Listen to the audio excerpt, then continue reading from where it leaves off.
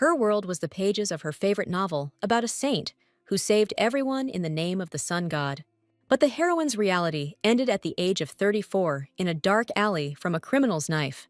When she woke up, the girl felt only a rough grip and someone else's incinerating rage. The angry man shouted at her, not understanding how she dared to return to the estate. The young lady could not believe what was happening, because she clearly remembered her own death. The luxurious room around did not at all resemble a paradise, but only raised doubts.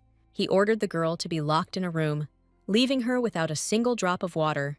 The maids meekly grabbed the heroine, preparing to carry out their master's cruel order. Her body was so weak that she could not offer the slightest resistance. A terrible guess pierced her consciousness.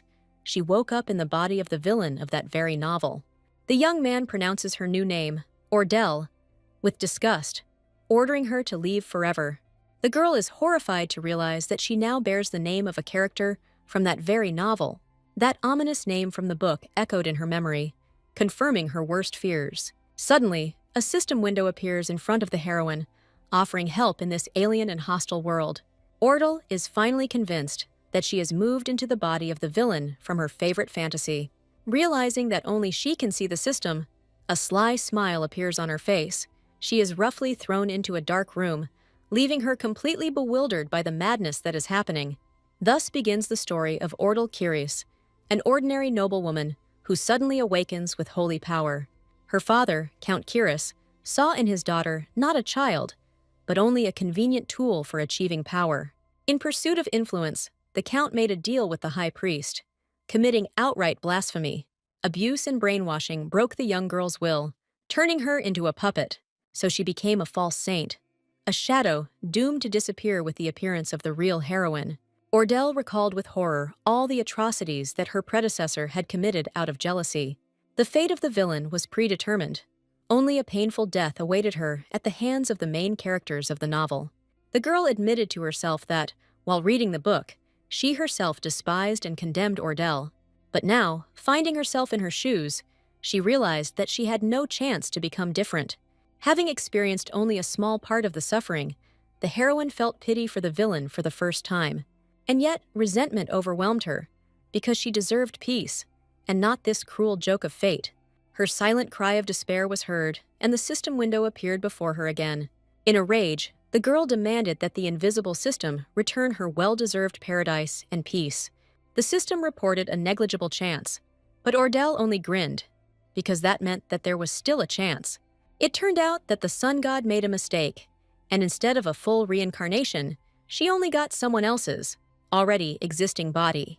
The girl caustically remarked on the god's lack of intelligence, but the system corrected her that it was a matter of his lack of divine power. Realizing the seriousness of the situation, the heroine coldly demanded that the system state its true goals. Before her arose a quest with stakes not on the life, but on the death of the entire world and its god.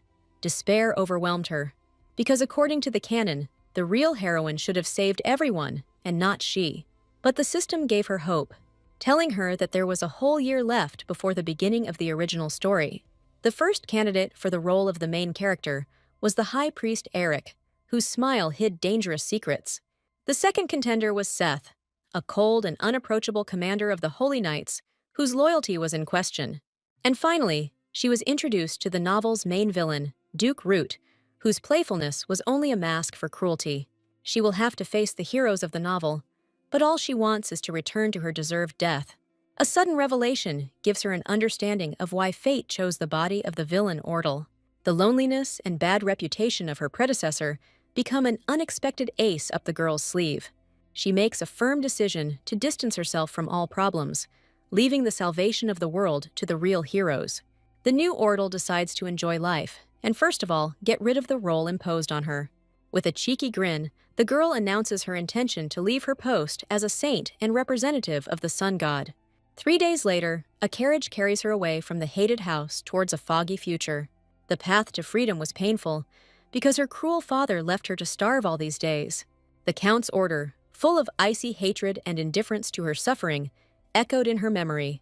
The pain and humiliation only strengthened her resolve to break with the Curis family forever and start a new life. The girl was barely able to stand on her feet from hunger, afraid of dying before she even reached the temple. But before leaving, she prudently found out some important details from the system.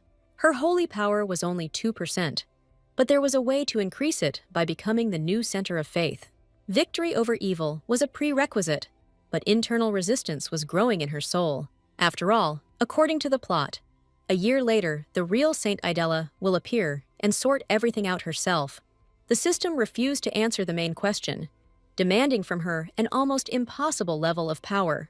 The heroine was overcome with anger because she was dragged into this against her will, and they were even hiding the truth. The weakness from hunger took its toll, and all of Ordle's thoughts were now only about food. Finally, the carriage stopped at the majestic gates of the main temple of the sun god. As soon as she left the carriage, the girl felt a wave of nausea, exhausted by the long journey and hunger. Losing consciousness from hunger, Ordle falls right into the arms of the high priest who meets her. In his arms, she unexpectedly finds comfort, clinging to him for support. A divine warmth emanated from the young man, which instantly eased her suffering. Having come to her senses, the girl meets Eric's worried gaze, not understanding his true motives. Despite his ostentatious concern, all the heroine's thoughts were about only one thing: the long-awaited food. Her savior turned out to be the high priest Eric Dirth, whose angelic appearance hid dark secrets. He was the only one who knew her secret, and was the one who would kill her in the future for the sake of the true saint. Eric's caring smile seemed like poison, because his every word was saturated with hypocrisy. Blinded by its radiance, Ordle understood that her future executioner stood before her. She later apologizes to the priest, beginning her dangerous game against the one who wants her dead. Eric hides his surprise behind a mask of sympathy, but Ordle's sudden change in behavior alarms him. Her apologies seem suspicious to him, because the villain from the novel never knew remorse. Having plucked up her courage, the girl decides to destroy all his expectations with one blow. She coldly declares her intention to resign from her position as a saint, which shocks the priest. As a pretext, the heroine uses a fictitious story about stress and the unbearable burden she was carrying. Bowing her head in mock remorse, she tries to convince him of the sincerity of her regrets. However, Eric coldly rejects her request, because the departure of the false saint ruins all his secret plans. Behind his polite smile lies a will of steel, and he insistently demands that she take back her words. The girl understands that she underestimated him. The priest's inflexibility turned out to be much stronger than she had expected. In a desperate attempt, she declares that she can no longer deceive him, not knowing that these words mean something completely different to him. She tries to appeal to his logic, pointing out his own deception, but her words are drowned out by his icy calm. Eric is adamant. His answer sounds like a sentence, forever locking her within the walls of this temple. He leaves, leaving the girl alone with the realization that her golden cage has just slammed shut. She knows she's touched him on the quick, but her naive hope for an easy release has been shattered. But the spirit of the unwavering detective from her past life awakens within her, and she vows not to give up. Her gaze becomes sharp.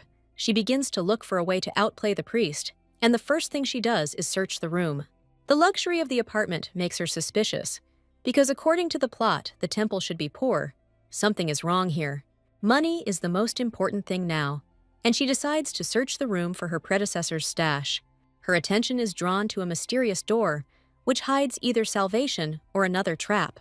Behind the door is not a hiding place, but a dazzlingly luxurious dressing room, full of countless treasures. Her hope of finding money to escape was dashed, because the previous Ordle had squandered everything on tasteless luxury. A sudden knock on the door makes the girl jump, interrupting her desperate search.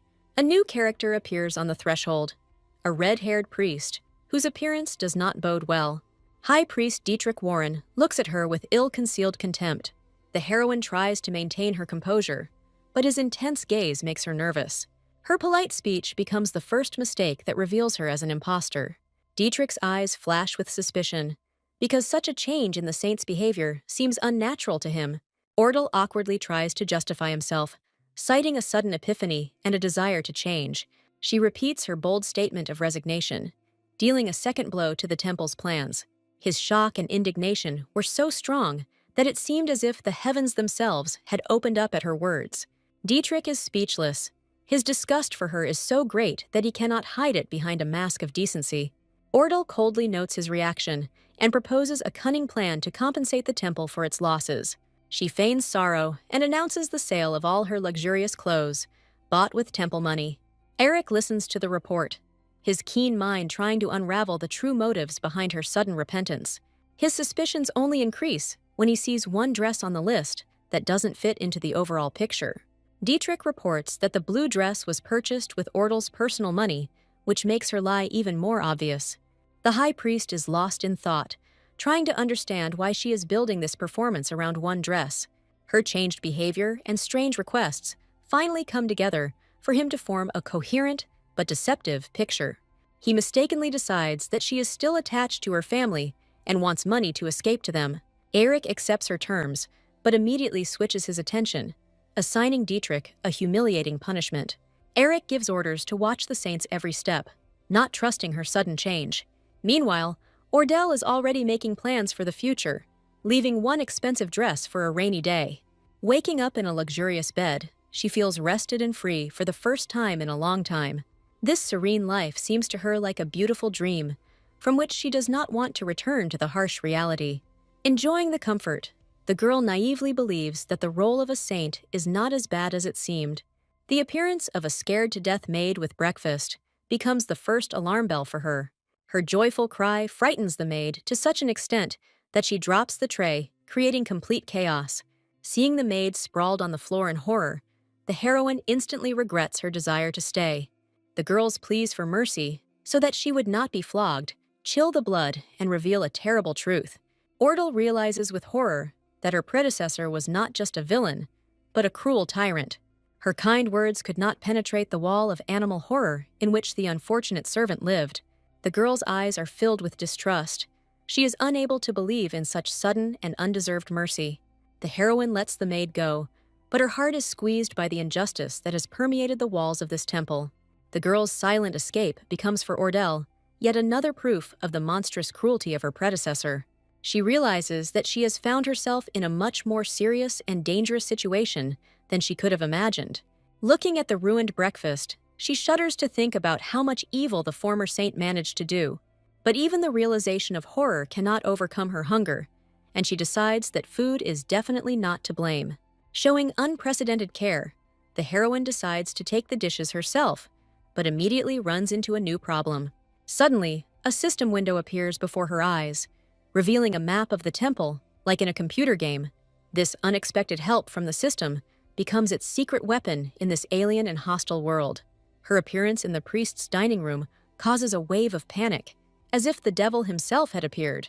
Eric, who had suddenly appeared, looked at her with a silent question, his surprise mixed with suspicion.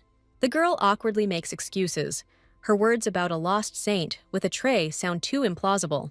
He takes the tray from her. His gesture looks like help, but in reality, it is a way to take control of the situation. His words about her freedom of movement sound like permission, but in reality, it is just another gilded grill. She responds with the same false smile, realizing that her public status as a saint is her only shield. Her gaze falls on their wretched food, and an icy sense of injustice pierces her heart. A cold fury flashes in her eyes, because she has just seen the true face of this holy place. The contrast between her feast and their starvation rations screams of monstrous hypocrisy and theft. Seeing hungry and frightened children among them, she realizes that her silent war has only just begun. The realization that she had feasted alone while others starved hits her with deafening force. Eric's false concern only adds fuel to the fire of her righteous anger. She challenges him by turning her escape plan into a weapon against his own hypocrisy. His cloying smile cannot hide his cold calculation. He is already looking for a way to turn her nobility to his advantage. The heroine delivers her verdict, demanding that the children be fed immediately and that she be given equal rights with everyone else. Her steely determination pierces his mask of indifference for the first time, causing him to question her motives. Even in this awkward squabble, her will proves stronger, forcing him to reluctantly agree. Her command, given without a shadow of a doubt, becomes the first step towards overthrowing the rotten regime. Walking through the neglected garden, she realizes that the temple's poverty is not a consequence of need, but the result of cruel politics. This dead garden becomes a symbol of spiritual decay for her, and she vows to bring it back to life. Every step she takes through the neglected corridors greets her with scenes of humiliating fear left behind by her predecessor. Even the sacred prayer room, mired in cobwebs and desolation, screams of the temple's deep decline. The sight of the wretched food that the priests are fed becomes the last straw for her.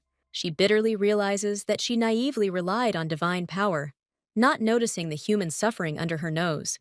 With a cold determination on her face, she understands that once this terrible truth has been revealed to her, she cannot remain on the sidelines. She no longer cares about success in this life, and she boldly asks the system to change the reward to peace after death.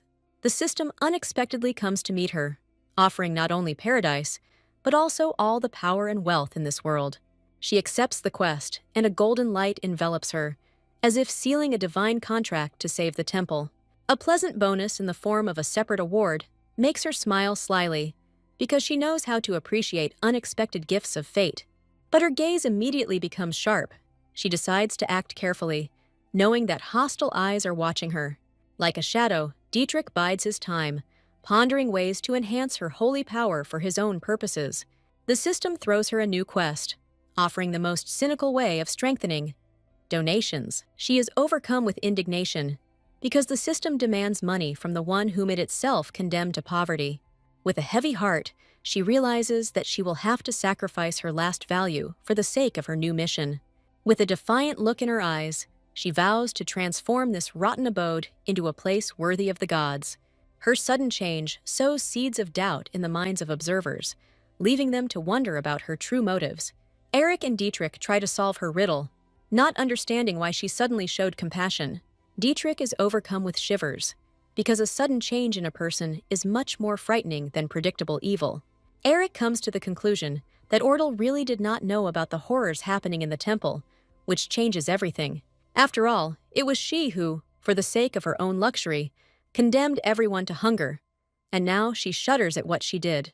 Eric realizes that her change is not just a weakness for children, but something deeper and more unpredictable. He will not allow her to act as she sees fit, because in his game, she is just a pawn with great potential. He is ready to enter into a risky alliance with this fake, because the survival of the entire temple is at stake. The news of the imminent arrival of the commander of the Holy Knights introduces a new, dangerous variable into their plans. The temple's sword, the legendary Seth Noan, returns, and his arrival could change the balance of power forever. Eric sees the commander's arrival not as a threat, but as long-awaited support that will give him confidence. His calm order to report his arrival conceals the tense anticipation of meeting a powerful ally. The girl takes the initiative again.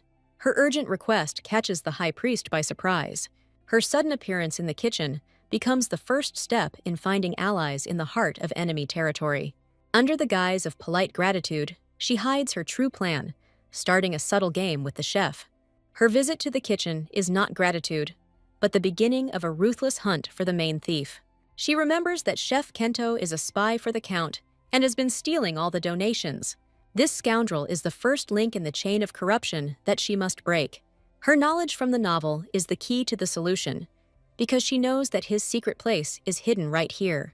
Barely visible traces on the floor reveal the hiding place, confirming her wildest guesses. Eric's sudden appearance throws all the cards out of whack, his fake smile hiding his true intentions. The chef's panic gives him away as he desperately tries to lead them away from his secret. His furious cry only confirms that she is right. He is ready to do anything to protect his prey. Her confident smile tells her that the game is over. She has found what she was looking for. At the last moment, Eric witnesses the cook's desperate attack on the saint. Her jubilation at the treasures she has found is mixed with anticipation of the coming reprisal. Her innocent question hits the mark, causing the thief to break out in a cold sweat. She revels in her insight, because her instinct for scoundrels never fails. Eric steps into the game, his icy tone leaving Kento with no chance of escape. The high priest's gaze darkens with rage, and this hidden threat frightens her even more. Caught red-handed, the chef desperately tries to beg for forgiveness, but his time is up. The threat to hand him over to the Holy Knights becomes the final blow, depriving the thief of his will.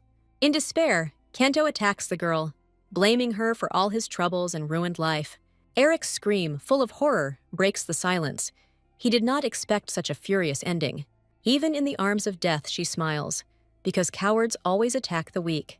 She recalls the compensation she received with cold confidence, preparing to play her trump card. At the decisive moment, the girl activates her secret skill, and her body is filled with divine power. With one gentle flick, she sends her attacker flying, demonstrating her new shocking power. Eric and Dietrich stand frozen in amazement, unable to believe that the fragile saint possesses such power. With icy calm, she sends the chef into retirement, passing her final judgment on him. Her joyful laughter and words about divine blessing are just a mask hiding cold calculation. Behind her childish joy at finding the money, there is horror in the eyes of the men who have experienced the power of her flick. But the heroine's triumph is interrupted by an ominous warning from the system, which adds an alarming note to her plans. A sudden dizziness knocks her off her feet, reminding her of the fragility of her newfound strength. She realizes with horror that the price for one blow is almost all of her life force, and this price could be fatal. The system delivers a merciless verdict. Her body is at its limit, and the price for strength is oblivion. The realization of the inevitable hits Eric as he sees the life drain from her eyes. He manages to catch her limp body, not hearing her silent cry about betraying the system. Holding her in his hands, the high priest sees for the first time not a saint, but a fragile girl on the verge of life and death. Memory takes us back a few hours to the moment when she made her fateful choice. After her first success, she eagerly awaited the reward, not yet knowing what price she would have to pay. The reward exceeded all expectations. Its power increased, filling the girl with euphoria and a feeling of omnipotence. She calculates her new potential, not realizing that these percentages are just bait in a dangerous game. Upon reaching a new level, she receives a gift from God, a skill that will become both her salvation and her curse. And only at the very end, in the small print, does she find a hidden threat that the system kept silent about. Her euphoria from new strength gives way to chilling horror when she notices a missed detail. Panicked, she tries to discern the hidden threat, realizing that her gift comes with a price. The realization of a fatal mistake falls upon her, because she herself ignored the deadly warning. She comes to in a luxurious bed under the watchful gaze of her main enemy. His feigned concern only increases her confusion as she tries to figure out what happened. The girl quickly pulls herself together, hiding her vulnerability behind a mask of slight malaise. Eric reports that her enemy is already in prison, and now the hunt for his accomplices begins.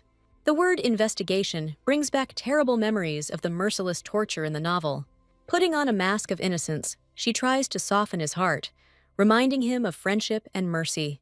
His surprise at her strange words only strengthens her determination to create a new, impeccable image for survival. His tender concern confuses her. She expected an interrogation, not genuine concern. She is deeply touched, because even in such a situation, he was thinking about her, and not about his own goals. The girl hides her secret behind a flirtatious lie about a hurt finger, testing his reaction. His serious tone pierces her through and through, warning her against reckless actions in the future. He reminds her of her value to the temple, but his healing touch speaks volumes. Her body is filled with his healing power, and she enviously dreams of such a powerful gift. The miraculous healing sparks new hope in her, her finger glowing as proof of its power. She gets back to business. Her question about money is a test of his honesty and her next move in the game. A new plan is already maturing in her head. She is calculating how to turn dirty money into pure, holy power. The system shatters her dreams into pieces, because she is a fortune short of her cherished goal. The calculations on the screen mercilessly crush her hopes. Every zero is another nail in the coffin of her ambitions. An astronomical sum of 10 billion won falls on her, causing shock and an indecent gesture of despair.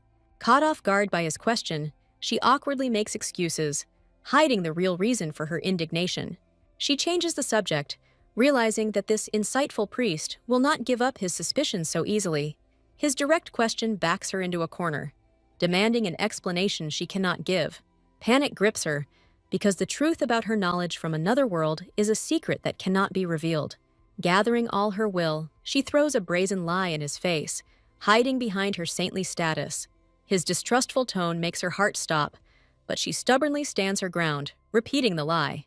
She puts on a whole show, attributing her cleverness to divine inspiration and good intuition. Her brazen play leaves him speechless, and she revels in her small victory. Considering the operation a success, she makes a silent promise to Eric to explain herself later. But her own investigation is just beginning. Under the cover of night, the temple falls silent, unaware of the secret affairs taking place within its walls. Former chef Kento desperately tries to take back his loot, cursing everything in the world. The last bag of money in his hands is his ticket to freedom, but he doesn't yet know that he is being watched. His anger boils. He blames everything on the impudent girl who dared to challenge him. Fear drives him, because before the arrival of the knight's commander, he has only one night to escape. The sudden appearance of the heroine in the darkness, like a ghost of vengeance, paralyzes him with horror. She looks at him with disdain, offended that she was confused with evil spirits, and enjoys his fear. Her words were like a sentence. She knew about his escape, and that he would return for the remains of his pitiful prey. Like an experienced hunter, she revels in her victory, because she has no equal in ambushes, and this bastard is in her trap. She coldly admits that he was just a pawn in her game to get back what was stolen. He hints at his influential patron with a grin, not seeing her as a real threat. Drunk with his imaginary power, he threatens her with the Count's name, trying to break her spirit. She meets his threats with an unbending will, her quiet questions sounding louder than his screams. In a fight, the one who strikes first wins, and her crushing blow puts him in his place. Sprawled on the floor, he looks at her with hatred, his male pride trampled. She mentally scolds herself for hitting too weakly, because the fear of losing consciousness made her hold back. Humiliation gives way to rage. He arms himself with a shard, deciding that he will no longer fall for her tricks. His mind is clouded with rage. He sees her death as the only way to save his skin. A mortal threat looms over her. She is trapped with no chance of escape. At the last moment, a mysterious savior appears, his blade blocking the killer's path. His caring voice pulls her out of her stupor as she tries to comprehend her miraculous salvation. The name of the savior, Seth Noen, commander of the Holy Knights, sounds like a bolt from the blue. She is stunned by his unearthly beauty, realizing that before her is the second main character of the novel. If the High Priest was the shield that protected the main character, then this knight was her sword. The commander of the Holy Knights was a punishing blade that mercilessly cut down all her enemies. His sudden appearance here is a mystery, because he should be far away on a business trip. The commander's icy aura envelops the thief. His quiet question sounds like a death sentence.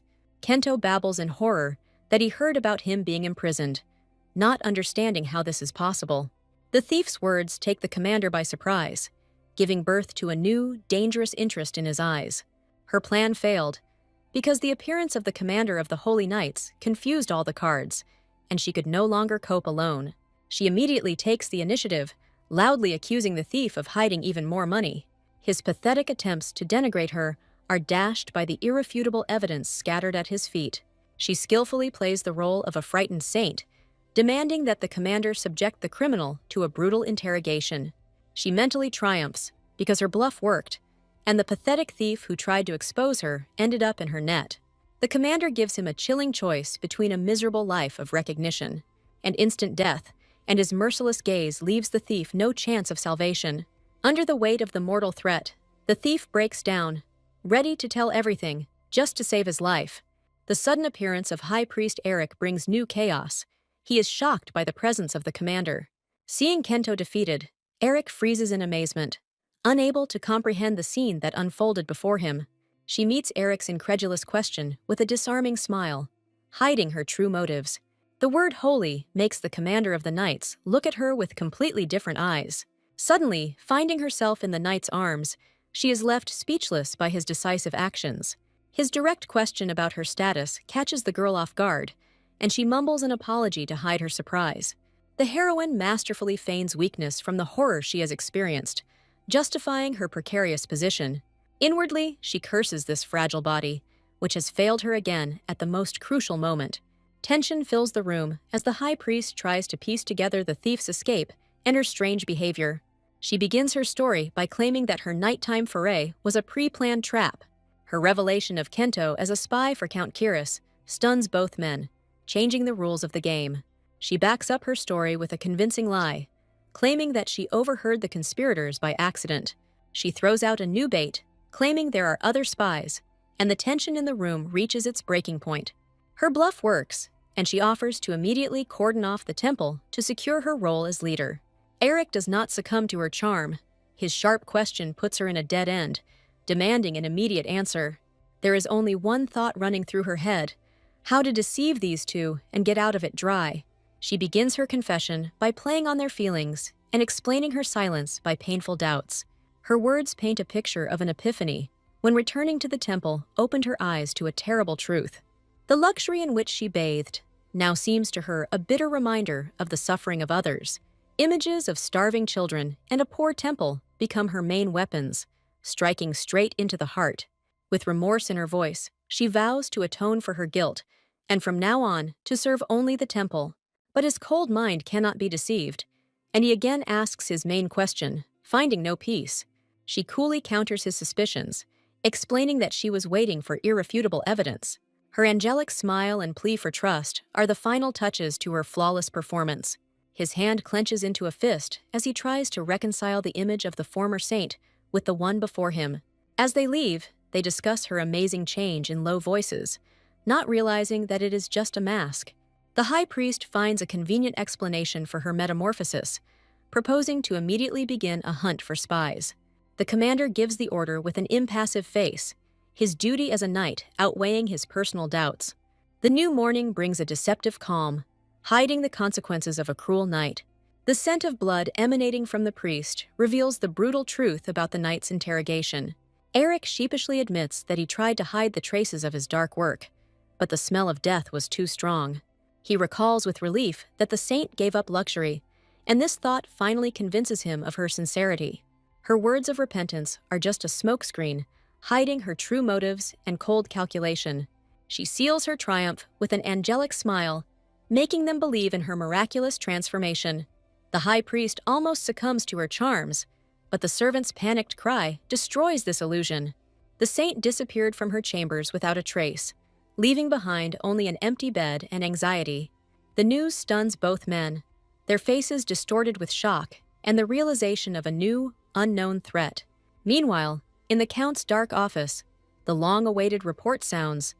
Their target has finally been discovered. Count Kiris coldly inquires as to the location of the sacred artifact of light, his main goal. The answer points to a forgotten temple in the northwest of the empire, a place long forgotten. This temple is almost a ruin with an unknown deity, making it an ideal hiding place. The Count is irritated that the artifact was hidden in such a remote place. His patience is running out. Count Kiris gives the order to leave immediately. His assistant hurries to fulfill the will of the master. For the Count, this artifact is the last hope to escape lifelong torment, and he is ready for anything. The sacred artifact of light has become his obsession, and he will stop at nothing to obtain it. She realizes with horror that her body cannot withstand even a short walk, ruining all plans for escape. She falls to the ground, exhausted, cursing her helplessness and the fragility of this new body. She turns in rage to the invisible system that has trapped her in this paper body. Like vultures, crows flock to her motionless body, taking her for easy prey. The girl drives away the birds in a rage, her indignation struggling with physical weakness. She is overcome with panic and nausea. Will her second life really end so ingloriously here? Suddenly, the commander and the priest stumble upon her, and her pathetic escape ends in failure. Caught off guard, she looks pathetic and helpless, which instantly confuses them. There is despair in her eyes. She babbles about her weakness, playing out a perfect performance. She thanks them for saving her, turning her failed escape into a grueling workout. The high priest is puzzled as to how a minute's walk could have become a deadly ordeal for her. The girl apologizes guiltily for the trouble she caused, strengthening her image as a repentant saint. She meets his words of concern with a cynical thought, knowing full well that they suspected her of running away. The heroine announces her morning training, forcing the knight commander to provide her with security. With a disarming smile, she refuses the guards, assuring them of the complete safety of the temple. She abruptly changes the subject, bringing them back to the problem of the spies and her key role in it. Eric reports that her lie has borne initial fruit, and they are now preparing a full-scale investigation. Commander Seth bitterly admits that his subordinates have turned out to be traitors and offers his head as atonement. She rejects his resignation with feigned kindness, strengthening his loyalty and tightening the knot around his neck. The heroine plays on his sense of duty, convincing him that his departure will be the final blow for her. As if enchanted, the commander kneels down, her words finally captivating his faithful heart. He swears allegiance until death, not suspecting that he is protecting not a saint, but a skilled manipulator. The girl mentally laughs at his naive devotion, because his principles are the key to her power. She recalls his tragic fate from the book, where he defended the real villain until the very end. His past is a bloody battle for the one who betrayed everyone, and this blind loyalty makes him the perfect pawn. Having strengthened her power over the commander, she smiles and beckons the priest to continue her dangerous game. Her whisper is a poison, reminding the priest that he is her only accomplice in this great deception. With a charming smile, she announces to the priest that she is taking back her words, starting a new stage of her game. The girl masterfully plays on his feelings, promising to serve him faithfully and truly. She disarms him with a final argument, promising to give way to a real saint without hesitation. Eric is completely absorbed in her performance, his warm smile showing that he believes in her sincerity. He transfers all power to her, declaring her the highest person in the temple and freeing her from any rules. The priest takes full responsibility for her, becoming her most devoted and blind supporter. He gives her carte blanche, allowing her to act as she sees fit, unaware of her true plans. The heroine is amazed by their kindness, because the previous Ordal treated them with open contempt.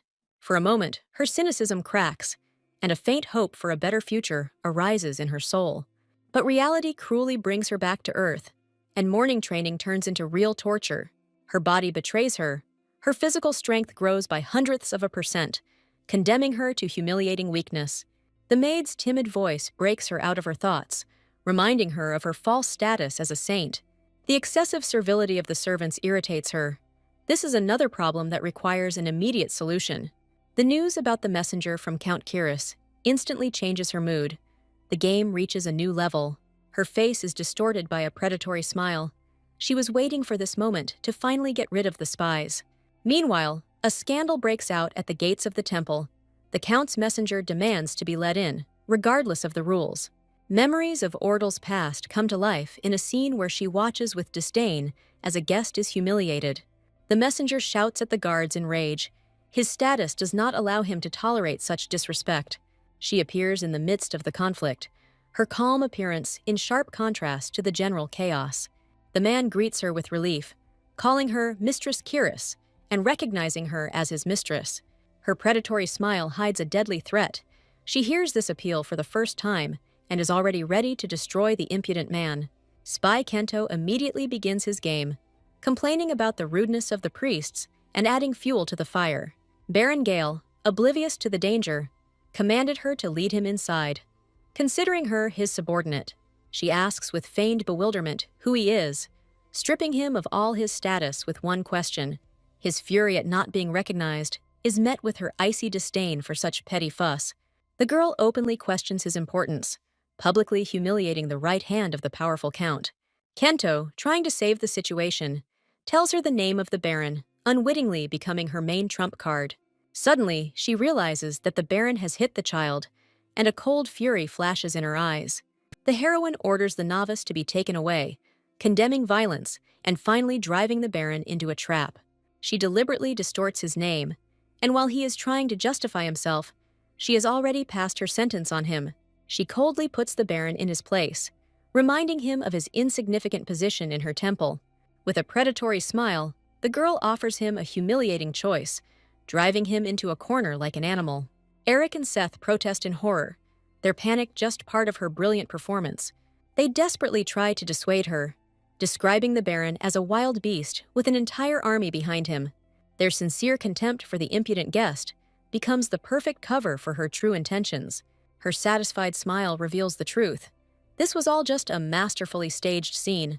In the past, she coldly predicted every move of her enemy, turning his threats into her weapons. The heroine reveals her plan. She is going to use the spies as pawns in her deadly game. Returning to the present, she asks her loyal actors to leave, remaining alone with the victim. She leaves them with one last order, mentally marveling at how well even Seth has gotten into his role. Baron Gale, in desperation, tries to threaten her with the Count's name, not realizing that his main trump card has already been lost. With icy indifference, She shifts all responsibility onto him, turning his threat into his problem. The girl openly mocks his naive belief that the Count's name can intimidate her. She decides that the time for patience is over, because her new status as a saint gives her free rein. He throws the accusation of imposture in her face, but she accepts it with disarming calm. Her smile becomes devilish, because she knows that the shame will fall not on her, but on the Count, blinded by the thirst for power. She decides that the stick has worked, and now it's time to get out the carrot to finally break his will. Her face changes instantly, and she thanks him with cloying sweetness, playing the role of an offended and grateful girl. The heroine announces to the stunned Baron that from now on she will play the role of a saint for real. She delivers the final blow by revealing that she was the one who gave away all the spies, taking away his last hope. The Baron shouts at her in panic, because now it will be almost impossible to introduce a new spy. She explains with icy calm that now that she has won their trust, she can control them like puppets. The man still doubts, because the High Priest and the Commander of the Knights are not people who are easily deceived. With a devilish grin, she declares that she will become a spy herself, completely destroying his ideas about her. She imperiously orders him to tell the Count to stop his pathetic attempts and just wait. As she leaves, she throws him a promise to bring the Count real money, because now she is a real saint. Outside, Eric and Seth wait anxiously, ready to burst in at any moment if they hear a scream. They come to the conclusion that this unpredictable girl needs a personal night for her own safety. Suddenly, their conversation is interrupted by the arrival of a new, unexpected guest at the main temple. A mysterious stranger emerges from a luxurious carriage, whose appearance promises new problems and intrigues. After seeing off the humiliated Baron, she notices a new guest, whose presence instantly changes the atmosphere in the hall. The sudden appearance of a stranger makes her heart skip a beat, foreseeing a new, even more terrible threat. The name of Duke Rute Shiori sounds like a death sentence. Her face contorts in horror, because she knows who he really is. He is the ruler of the West and the main villain of the novel. His appearance here ruins all her carefully constructed plans. The system window cruelly confirms her worst fears, describing him as a soul consumed by absolute evil. His gaze, devoid of light, promises only darkness and death. He is the very embodiment of destruction. This man is not just a villain, he is despair itself, who came into this world to sow chaos. Behind the mask of a powerful duke lies a descendant of the imperial family, whose blood carries an ancient curse. His incredible attractiveness and power made him an idol until his fall, making his tragedy even more cruel. This ruthless man was the main obstacle in the heroine's path, a cold-blooded villain who knew no mercy. She is in complete confusion, because the appearance of the main villain of the novel in this place and at this time is a disaster. He kisses her hand, his politeness a mask that hides mortal danger, and she feels it. Hiding her fear, she plays the role of a saint, but his devilish beauty only confirms her worst fears. He gets straight to the point. His talk about an important meeting is just a pretext to lure her into a trap. His request to speak alone sounds like an order, and she knows she has no choice. The Duke easily humiliates the Baron, whom she has just put in his place, turning him into a laughingstock.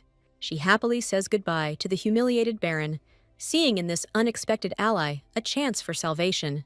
He states the purpose of his visit without beating around the bush, and his words about the sacred artifact of light hit the mark. Her world is collapsing, because according to the plot of the novel, the artifact should already be in his possession, and this question changes absolutely everything. The sacred relic of light, the key to the entire story that caused Rute Shiori to step onto the path of villainy, is now in her hands. This artifact was his only salvation from unbearable pain, the very reason that pushed him into darkness. His hope turned into a curse, as the relic turned out to be a fake, slowly poisoning his soul and mind. The dark energy of the cursed object finally broke his will, turning the noble duke into a slave and a villain. She realizes that her only chance to survive is to find the real relic before he does, and rewrite his tragic fate. A sudden revelation shocks her, because the real artifact, the key to salvation and death, is right here, in the temple. A predatory smile lights up her face, because fate itself has given her the perfect opportunity to change everything. The Duke makes her an offer she can't refuse, promising to grant her any wish in exchange for the relic. He tries to convince her, swearing that he will not use the artifact for evil, but his every word is laced with lies. Behind her sweet smile lies an icy panic, because giving him the relic would mean signing the death warrant for the entire world. Eric intervenes decisively, politely, but firmly refusing the Duke, since this relic is a priceless treasure of the temple. The Duke begs them in despair, his last hope of salvation melting away before his eyes. Eric hesitates, because refusing the powerful Shiori family would mean bringing great trouble to the temple. Root tries to sound reasonable, insisting that he is only borrowing the relic, but his eyes betray despair.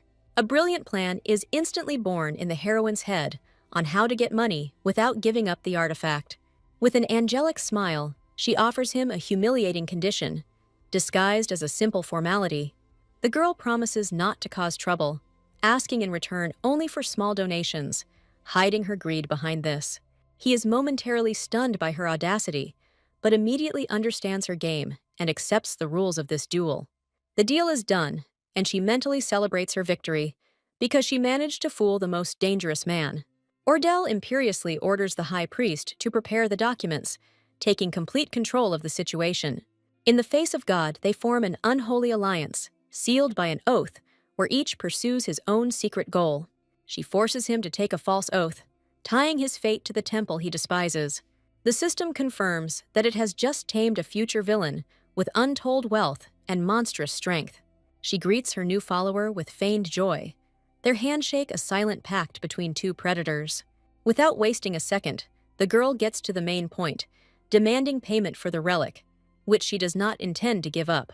His generosity stuns her, because the amount offered is a fortune, confirming his boundless wealth. Blinded by greed, she doubles down with a sweet smile, enjoying her power over the richest man in the empire. Suddenly, the system promises her a new, incredibly important skill once her divine power reaches the required level. A fire lights up in her eyes as she understands how the system works, and now knows the path to true power. Hiding the system window from the Duke, she takes him away for a private conversation to make an offer that will change everything. Left alone with him, she prepares to make her move, which will either save her or destroy her completely. Her impudence knows no bounds. She demands more money, playing on his desperation. The Duke is stunned by her audacity. He cannot believe his ears, because no one has ever spoken to him like that. She easily names the amount and offers to keep their deal a secret, drawing him into a dangerous conspiracy. She makes her big move, mercilessly revealing his biggest secret and pain. Her insight is frightening, because she noticed strange spots on his body that everyone else ignored. Putting two and two together, she realizes that these spots are a symptom of his incurable disease, described in the novel. These dark, sometimes golden spots that changed his condition now became the key to his weakness. His mask of icy calm is cracking at the seams, and he asks in horror how she knows his deepest secret. He admits that no one has ever dared to speak of his curse, which makes her knowledge even more frightening. She lies with an angelic face, explaining her knowledge as divine power, and offers him the only thing he desires: healing. She mercilessly destroys his last hope, declaring that even the sacred relic cannot heal him. The girl offers herself as the only salvation, cynically naming the price for his life. He agrees with a slight grin, as if this is not money for him, but dust, and her greed only amuses him. The Duke instantly materializes a bag of gold, his power and wealth striking her to the depths of her soul. The sacred offering box sings in welcome to the generous gift, and she knows it is a sign from above. The system confirms receipt of money, and its divine power reaches a critical point, opening up new horizons. A stream of divine energy envelops her, and she receives a new, long-awaited skill, blessing. She recognizes the same skill that Eric used, and she is filled with delight at the realization of what a powerful weapon she has received. The Duke is shocked by her sudden display of power, and she relishes her triumph, for she is no longer just an imposter. She turns to her precious believer with a predatory smile, ready to demonstrate her new power. She announces with feigned enthusiasm that she is going to retrieve the relic, leaving the bewildered Duke completely at a loss. A suspicion arises in his mind, because this strange saint seems too pleased with the gold she has received. They descend into a secret sanctuary beneath the temple, a place steeped in ancient magic and hidden from prying eyes. The knight explains that this place holds a divine touch, so it blooms forever without any care. The commander of the knights admits his ignorance, because the secret of the relic is under the protection of the high priest. She cleverly gets rid of the high priest, instructing him to count the money so that he does not interfere with her search. The girl flatters his sense of duty, calling him the most reliable person, and he, without realizing it, falls into her trap. She imagines with a smug smile how the high priest diligently counts coins, completely absorbed in her task. Suddenly, the system opens a map in front of her, eliminating the need to wander blindly through sacred lands. With a predatory smile, she announces that her holy intuition shows the way, and confidently leads the knight behind her. The long-awaited relic appears before them, but its sinister appearance does not bode well. The knight notices with alarm that this artifact does not look like a sacred relic of the sun god. She notes the artifact's dark aura with icy calm, questioning the sanctity of its creator. Her words hint at a terrible betrayal at the very heart of the temple, causing the knight to question everything. A terrifying truth emerges. The relic's creator betrayed his god by making a deal with the darkness. It becomes clear that this artifact is the key to awakening the absolute evil, the final boss of this world. She realizes that the relic could turn the Duke into a monster, and with cold determination decides to destroy it. Suddenly, she activates her power and easily crushes the cursed artifact before the stunned knight's eyes. She innocently explains that she has just prevented a disaster that could have destroyed them all. The commander reminds her of the deal with the Duke and the money she received, his gaze full of a silent question about her future plans. A daring plan is born in her head, because she realized that the Duke does not know what a real relic looks like. She draws the knight into her game with a disarming smile, asking about other healing artifacts. An ancient secret is revealed. There are no healing relics in the temple, only powerful divine artifacts. Instead of a dark curse, Aurora appears, a divine artifact that shines in all the colors of the rainbow. The difference becomes clear. Divine artifacts are a gift from the gods, pure power, undefiled by human hands. Sacred relics are created by humans, which makes them vulnerable to betrayal and darkness. She remembers that Aurora is her only chance, an artifact that can stop the Duke's pain. The knight hesitates. He is tormented by doubts, because playing with divine artifacts is mortally dangerous. She imperiously cuts off his objections, promising to settle everything and demanding his complete silence. Behind her, confidence lies despair, because she has no choice but to go through with this risky deception. She puts all her hope into this deception, praying that the false relic will save the Duke from suffering. The girl presents him with the Aurora artifact, passing it off as the very treasure he was so desperately looking for. She ups the ante by reminding us of the priceless blessing she placed on this artifact. The curse fights back fiercely, the dark taint on the Duke's body reacting to the holy power, causing him unbearable pain. She calms him with authority, her touch becoming the only anchor in the storm of his death throes. Her risky plan works. The black spots begin to retreat under the onslaught of divine power. She strictly orders him not to let go of the artifact, cementing her lie and his complete dependence on her. The darkness dissipates, and they find themselves in an illusory garden of light, symbolizing his long-awaited liberation. He realizes with disbelief that the years of pain that tormented his soul and body has finally disappeared without a trace. With a victorious smile, she congratulates him, because now he is completely in her power, owing his life to her. After years of torment, he finally feels the sweet relief that neither temples nor potions could provide. He admits with a satisfied smile that freedom from pain is worth any money, and his generosity was fully justified. She proudly declares to herself that she always works off the money she receives, enjoying her triumphant success. The Duke teases her, admiring her business acumen, but she playfully threatens to take her miracle back. His genuine laughter lightens the mood, admitting it was just a joke to tease her. She notices how his appearance has changed without a shadow of pain, and for the first time sees a real, relaxed Duke. He acknowledges her merit with sincere gratitude, realizing that he now owes his healing entirely to her. Suddenly, she shatters his euphoria by informing him that her blessing has an expiration date of only 1 month. The girl confronts him with the fact that in order to maintain the effect he will have, to constantly seek her divine mercy. With a radiant smile, she turns him into her believer, obliging him to visit her once a month to prolong the miracle. She reminds with a beaming smile that her divine grace is a paid subscription with monthly donations. The Duke wryly admires her business acumen, admitting that she would survive even on a desert island. He is amazed with a smile at her insatiability, because this saint has not only pumped a lot of money out of him, but is already demanding more. In their exchange, she coldly hints that she has no use for the penniless Duke, since she is only interested in his solvency. He disarmingly changes tactics, coquettishly asking if his beauty is not payment enough. She is speechless, hooked by his charm, and admitting to herself his devilish attractiveness. He takes her silence as consent, but the girl immediately puts forward a new, much more serious condition. The heroine demands that their deal be kept in the strictest confidence, creating a dangerous conspiracy between them against everyone. His piercing gaze becomes serious, demanding an explanation as to why she is so insistent on this secrecy. The puzzle begins to form in his head, and he realizes that her demand is a clever move to protect his secret from prying ears. She casually throws out that she is ready to tell everything, subtly manipulating him and making him want secrecy himself. His piercing gaze speaks volumes. He instantly realizes that keeping this secret is now in his personal interests. The girl feels her inner tension growing because she has stepped onto a dangerous path where one wrong word can destroy everything. The Duke agrees with a slight grin, disguising their agreement as a reluctance to expose their weaknesses. A triumphant light ignites in her eyes, because she, the saint of the Temple of the Sun God, has just concluded her most profitable deal.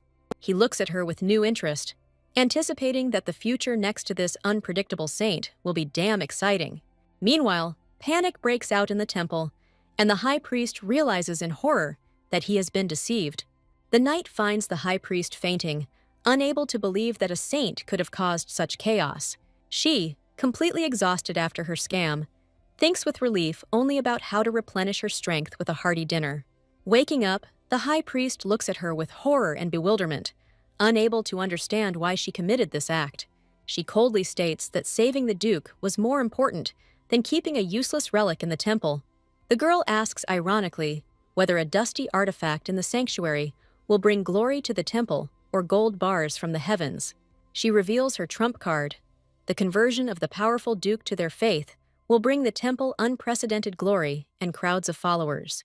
The high priest is shocked by her audacity because she made the eternally busy Duke promise monthly visits. The saint admits that her entire plan worked only because the Duke did not know what a real relic of light looked like. She reports with disconcerting ease that the sacred relic crumbled to dust at her mere touch. The high priest stuns everyone by admitting that he always felt an unpleasant aura from this relic, and it was not real.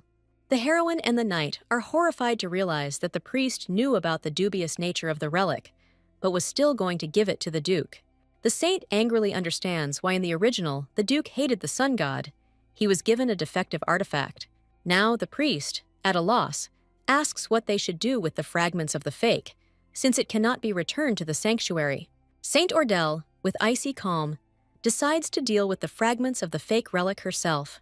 In the shadow of another palace, a powerful enemy clenches his fists in rage, doubting the true intentions of the new saint.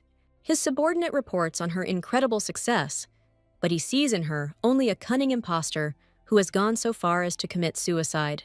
He brushes off news of her, his true concern being the unexpected visit of Duke Shiori to the main temple.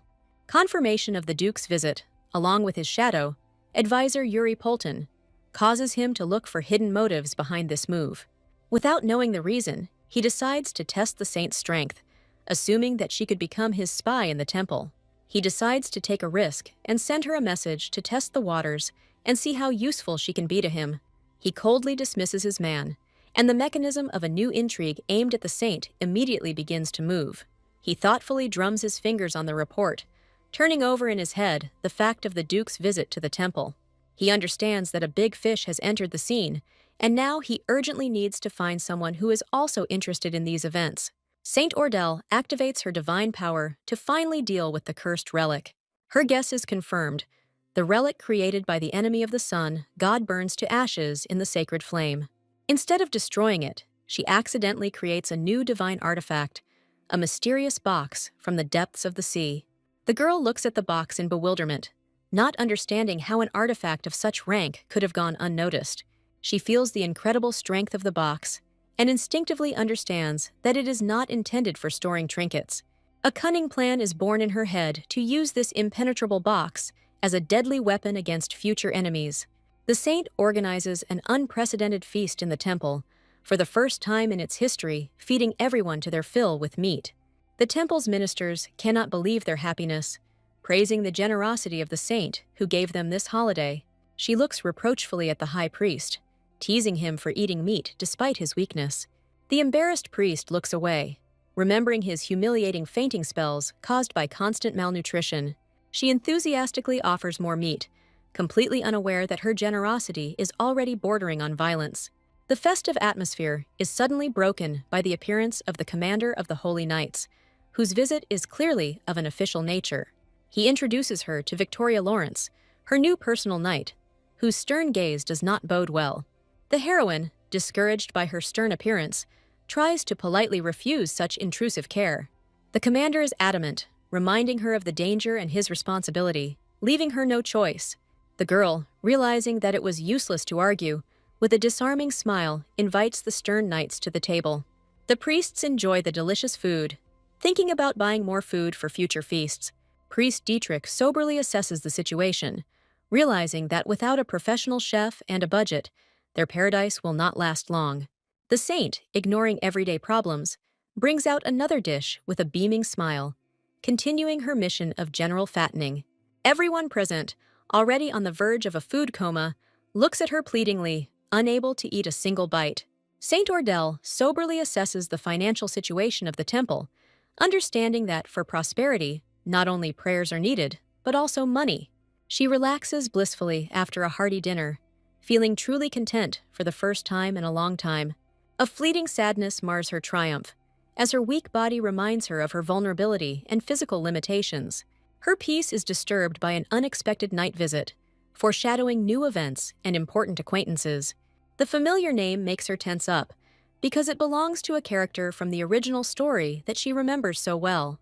Realizing that the main character's best friend has come to see her, she eagerly agrees to the meeting, seeing this as a new opportunity.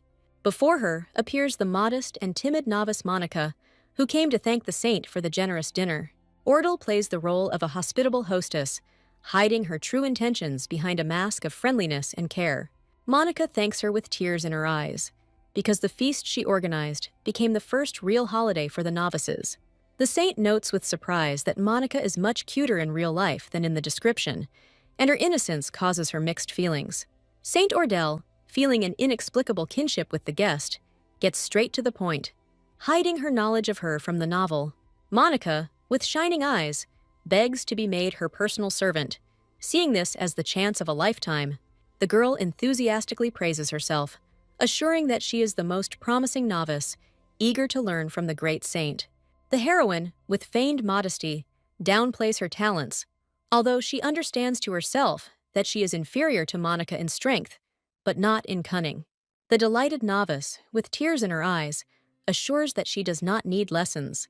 Ordell, seeing such blind devotion, easily agrees, postponing the start of her service until tomorrow. Monica beams with happiness, promising to try her best, because her biggest dream has just come true. The heroine smiles, surprised by the excitement her person is causing, and decides to move on to simpler communication. The novice blushes, struck by the beauty of the saint up close, and is glad that she has plucked up the courage to approach her. The high priest recalls in dismay how the saint first publicly humiliated him and then showed unexpected concern. Monica's memory was frozen with the image of a radiant saint who promised her ideal treatment and boundless care. The new maid looks forward to the start of her service with delight, happy at the mere thought of being next to her idol. A new morning begins with a merciless workout under the scorching sun. The heroine, suffocating from fatigue, feels like yesterday's meat feast is ready to burst out, revealing her physical weakness. The ruthless Victoria does not give her a moment of peace, promising only a short respite before a new round of training hell. Caring Monica immediately runs up with water, but the girl tries to politely push away her overzealous assistants.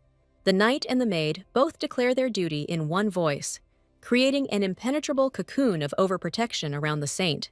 The training is interrupted by an unexpected letter from Count Kiris, which introduces a note of political intrigue into the morning routine. The name of Count Kiris makes her wary, because this man already figured in her plans as an important player. The gist of the long message boils down to one question that worries everyone. Why was Duke Shiori actually looking for the main temple? The saint understands that the Count's letter is a test, and she is not going to give up so easily in this political game. She decides to introduce her new comrades to her plans, testing their loyalty for strength. With a predatory smile, she delivers her verdict, calling Count Kiris trash, and the fire of revenge burns in her eyes. The heroine reveals her insidious plan, first to extract all the money from the Count's family, and only then to break all ties with them. Her answer to the Count is a cunningly woven web of truth and lies, designed to lull his vigilance and hide his true motives. Leaving aside the intrigues with the Count for a while, she switches to a new goal, inquiring about the state of the potion market in the Empire. Monica readily answers, for her recent past outside the temple walls has given her valuable insight into worldly affairs. The novice explains that the potion market is divided, but the Sea God Temple dominates due to its unique holy power.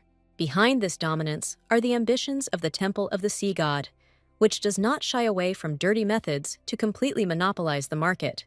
A guess lights up in Monica's eyes, and she looks at the saint with alarm and admiration. Saint Ordell, with a devilish grin, announces her plan to create hybrid potions to crush the competition. The action moves to the luxurious mansion of the Shiori family, where its own dramas and intrigues are brewing. The young Duke Shiori demonstrates his deadly swordsmanship in a fierce duel. He easily defeats his commander, putting the tip of his sword to his throat, proving his undeniable superiority. The young man, with cold arrogance, questions his subordinate's fighting skills, hinting at his weakness. The boy condescendingly allows the commander to continue training, knowing that he will never be able to surpass him. The Duke is surprised to feel a surge of strength from the sacred relic, not even suspecting who its creator really is. The training is interrupted by the panicked cry of a servant who rushes to his master with important and urgent news. The young man coldly reprimands the servant for his excessive fuss, not tolerating frivolous behavior in his presence. The breathless assistant, ignoring the reproach, reports the arrival of a letter from the main temple of the sun god. Duke Shiori hands the letter to his assistant with icy indifference, without even looking at its contents. The assistant reads out with surprise a bold proposal for cooperation that promises them unprecedented benefits. The saint's straightforwardness puzzles him, because there is not a drop of flattery in the letter, only naked calculation and business acumen. The young man is intrigued by this idea, because before, the Temple of the Sun God had never sought allies from the outside. A cold calculation flashes in his eyes, because this union could be a crushing blow to the Temple of the Sea God. Memory brings back bitter memories of the arrogance of the priests who were powerless against his illness. The assistant carefully reminds her about the investigation into Count Kiris's case, returning the conversation to the saint's personal history. He reveals the sad truth about the heroine's past, who was adopted only after her gift manifested, seeing only benefit in it. In her own home, she was despised and humiliated, turning the girl's childhood into a series of cruel bullying. The Duke clutches the letter, realizing that her spirit was broken on purpose in order to completely subjugate her will and strength. Duke Shiori admits that he almost fell for the trick, because behind the mask of a victim lies an unbending will. Intrigued by her audacity, the young man immediately decides to go to the main temple. The young man with a sly smile decides to play along with her, because such a bold request for help deserves a return move in their game.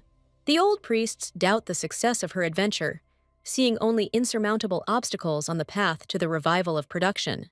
Ordell understands that her weak holy power will not help, so she looks for another way to independence. Her brilliant plan is to hire freelance alchemists, which solves both the personnel shortage and financial problems in one fell swoop. The high priest is inspired, as this idea not only revives the production of potions, but also the long-lost pride of their temple. The girl stuns everyone with the news that she has already sent a letter to the Duke, drawing him into her plans without any warning. The priest is shocked by her arbitrariness, but immediately realizes that an alliance with Duke Shiori is their only chance of victory. The saint confidently declares that the Duke simply cannot refuse the offer to join in, because she hits the mark. The business conversation is interrupted by an unexpected visit from Duke Shiori, whose appearance introduces a holy element of chaos into the plans. The Duke appears in a deceptively friendly manner, his polite question concealing the true purpose of his visit. The heroine's internal shock at his sudden appearance contrasts with his gallant gesture. His playful kiss and presumptuous question about his own irresistibility only increase her suspicions of his insincerity. The girl, quickly pulling herself together, plays along with him with icy calm, hiding her wariness behind an innocent question. He cleverly turns her words around, claiming that he came rushing because of her melancholy, forcing her to admit her own trick. But Ordell's true thoughts complete the sentence completely differently, because she only missed his money and not him himself. His piercing gaze makes her recoil, and she tries to throw him off balance to hide her embarrassment. Getting down to business, the young man immediately switches to business.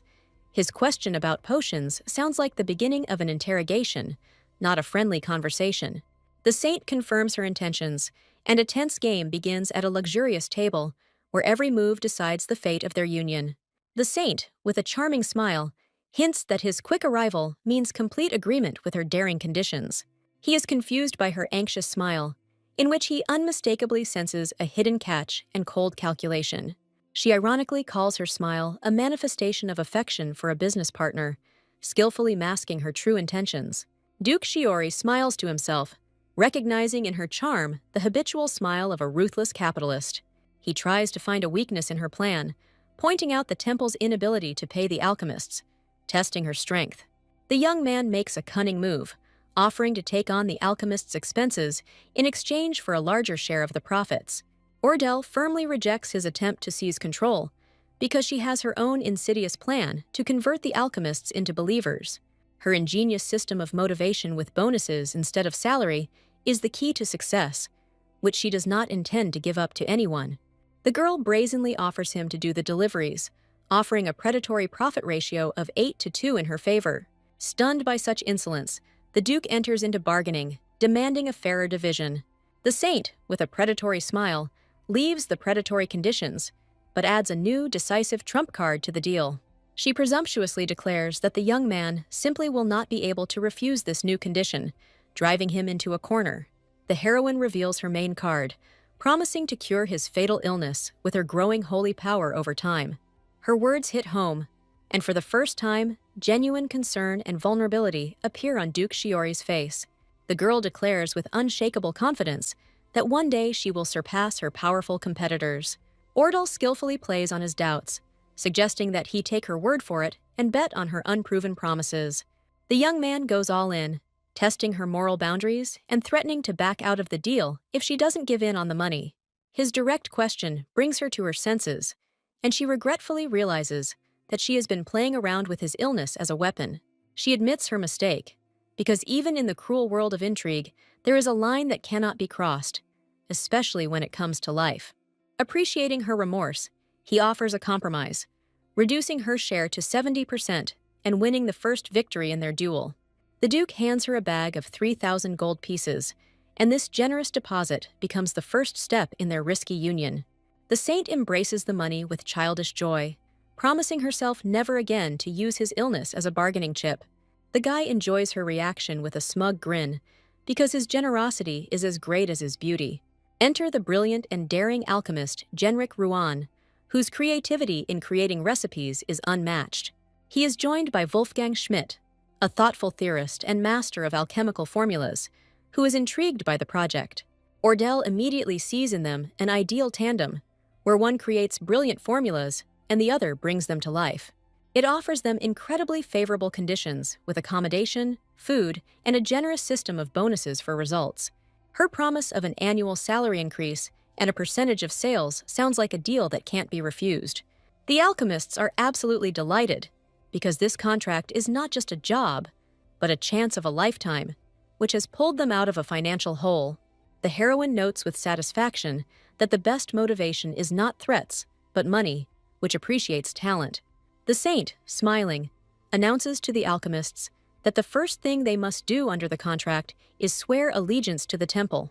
The priestess Lana Ayla appears, who immediately puts the alchemists in their place, reminding them of the primacy of holy power. The heroine introduces the alchemists to their new leader, but doubts about the abilities of the seemingly timid priestess begin to arise in her soul. Priest Eric, with a confident smile, dispels the saint's doubts, vouching for Lana's reliability and competence.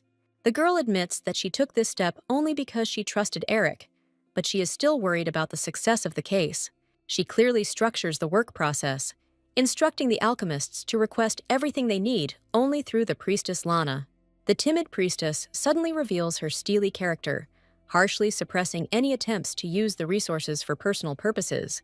Lana's true value is revealed, as she is not only a healer, but also the keeper of the temple's secret recipes.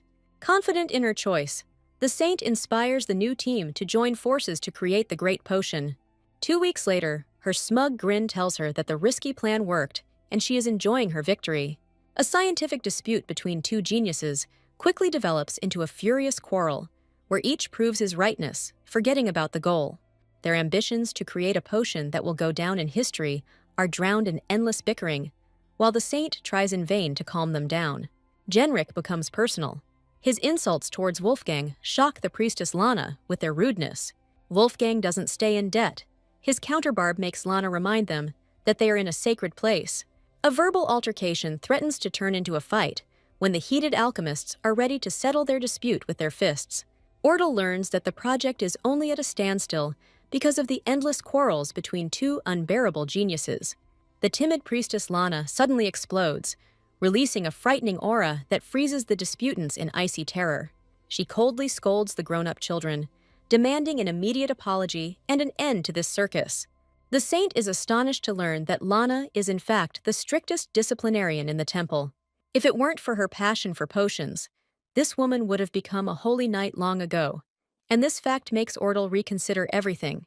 Frightened by the priestess's wrath, the alchemists awkwardly make peace, but the tension between them has not disappeared.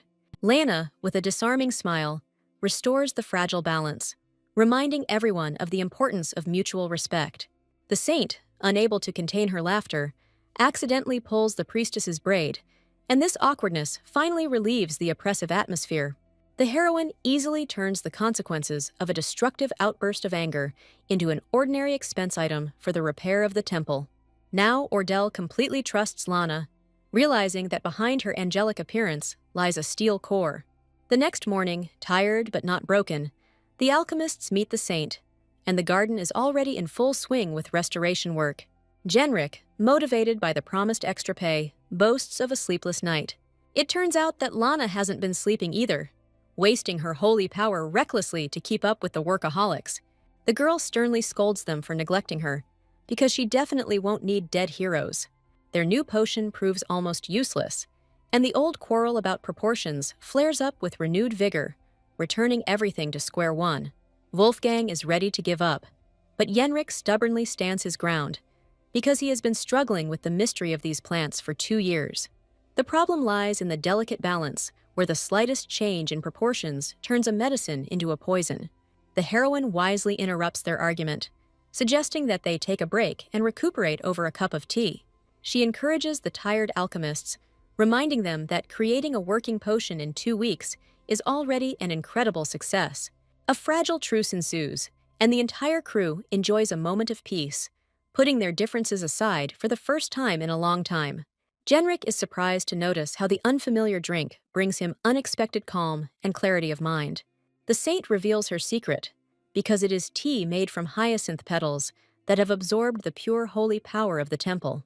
The words about a flower imbued with divine energy become the key to solving the main mystery for the alchemist. A sudden revelation makes Genric jump up, because he finally understands how to do the impossible. Meanwhile, in the luxurious mansion, Shiori still has no idea that a fateful discovery has already been made.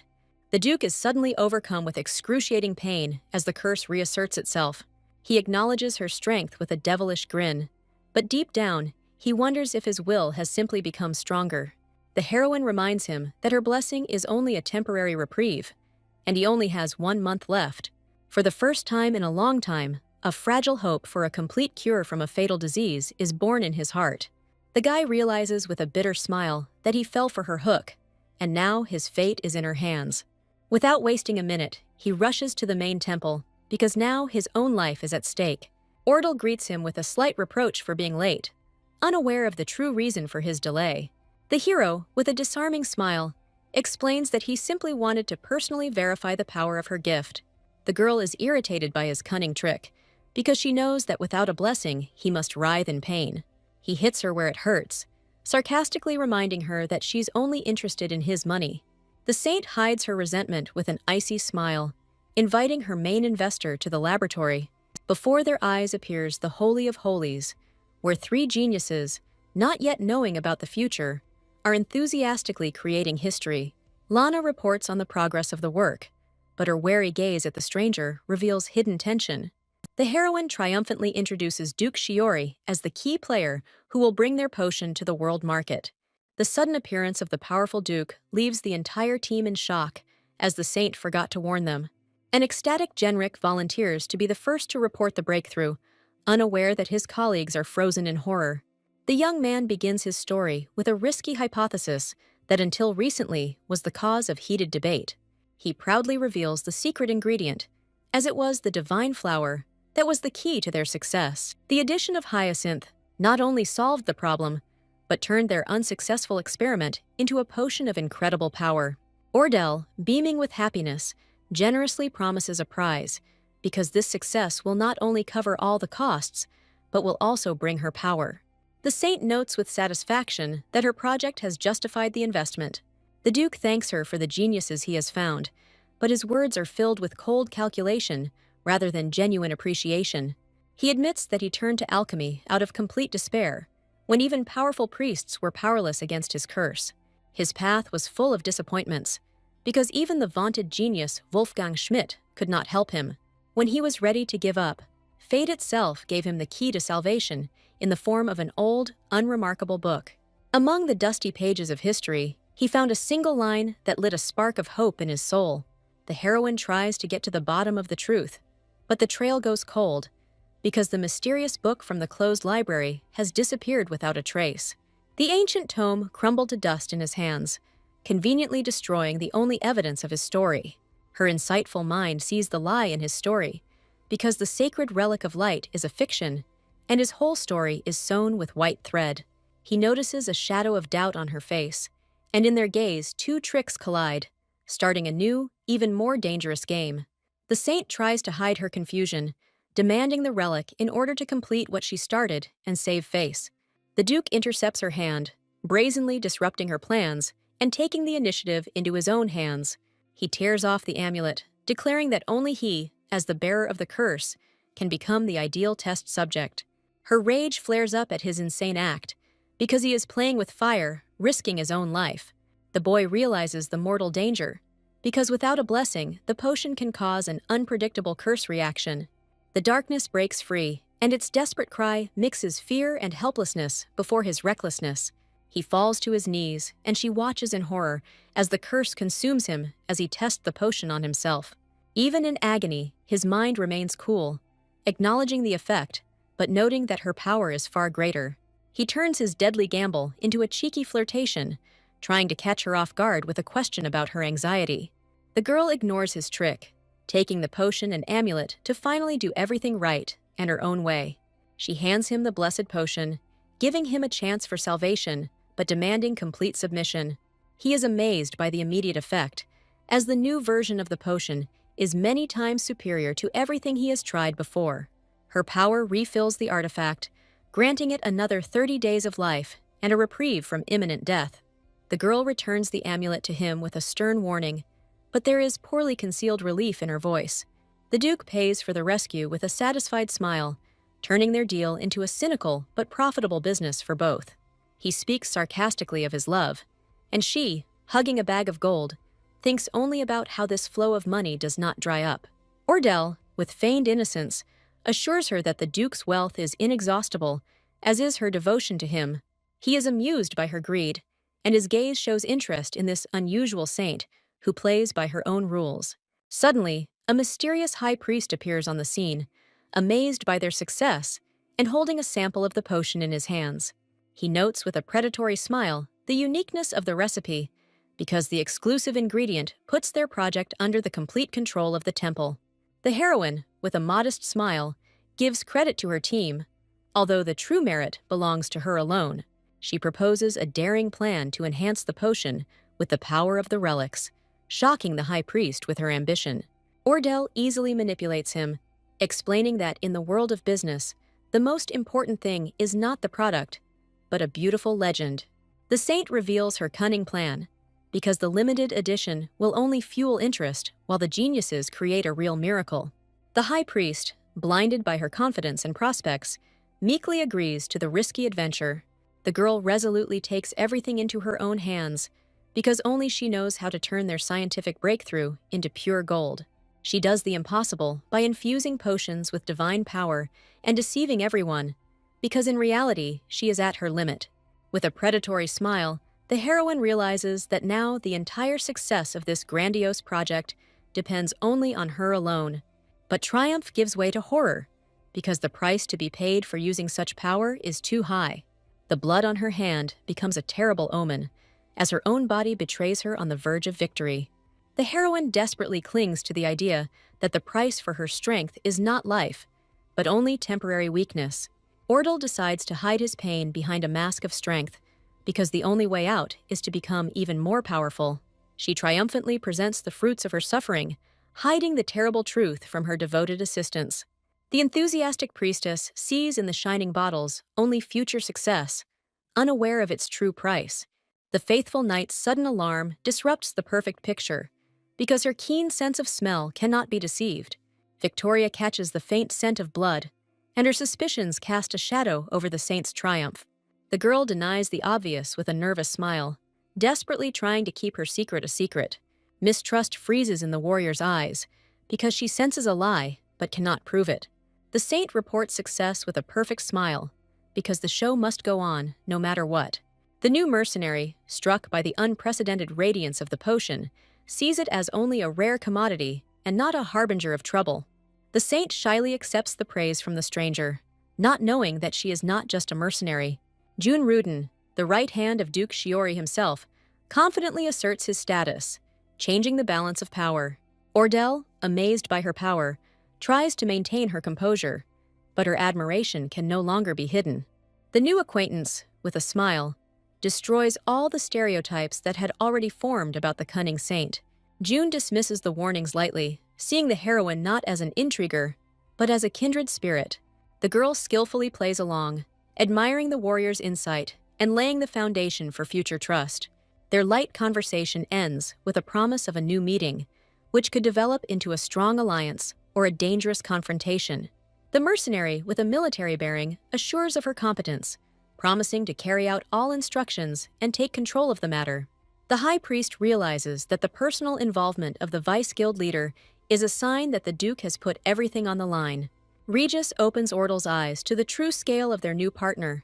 As June has an entire army behind her, Regis reveals the secret of power, because the deputy head of the guild is the personal weapon of the duke, acting only at his word. There is shock in her eyes as she just realized that she was facing a figure of incredible power and influence. A chilling memory from the novel pierces her, because the collapse of the Rumen Guild was the very point of no return that gave birth to the villain. Horror grips her, because she realizes with horror that the future ruthless villain is the same June who is now standing in front of her. The news of the appearance of a cheap and effective potion from the Temple of the Sun falls on competitors like a bolt from the blue. The head of the alchemical potion shop, Louis Martin, is furious that the upstarts from the Temple of the Sun dared to challenge his empire. He gnashes his teeth in anger as his lucrative monopoly, built on inflated prices, collapses at the hands of brazen newcomers. His panic gives way to cold calculation as he realizes that the commoners are just the beginning, and soon the temple will target the nobility. A predatory grin appears on his face, because a cunning plan has matured in his head on how to pit the two great temples against each other. He is ready to enter the game, realizing that he is powerless against the guild. But the great temple of the sea god is a completely different weapon. In the majestic halls of the temple of the sea god, intrigues are woven that could shake the entire world. Saint Carmen Aria, cold and unapproachable, receives a letter that will become a spark for a new fire. She dismisses worldly affairs with disdain, but the servant's persistence makes her pay attention to the message. The saint opens the envelope with icy indifference, unaware that its contents will explode her imaginary calm. Her beautiful face is distorted by a predatory grin, because the upstarts from the Temple of the Sun are still clinging to life. The humiliating refusal comes to her mind, for she had personally offered patronage to the one who dared to reject her. This arrogant man turns out to be none other than Duke Root Shiori, whose name now sounds like a death sentence. Carmen is furious, unable to understand why the Duke's powerful guild is helping her worst enemies.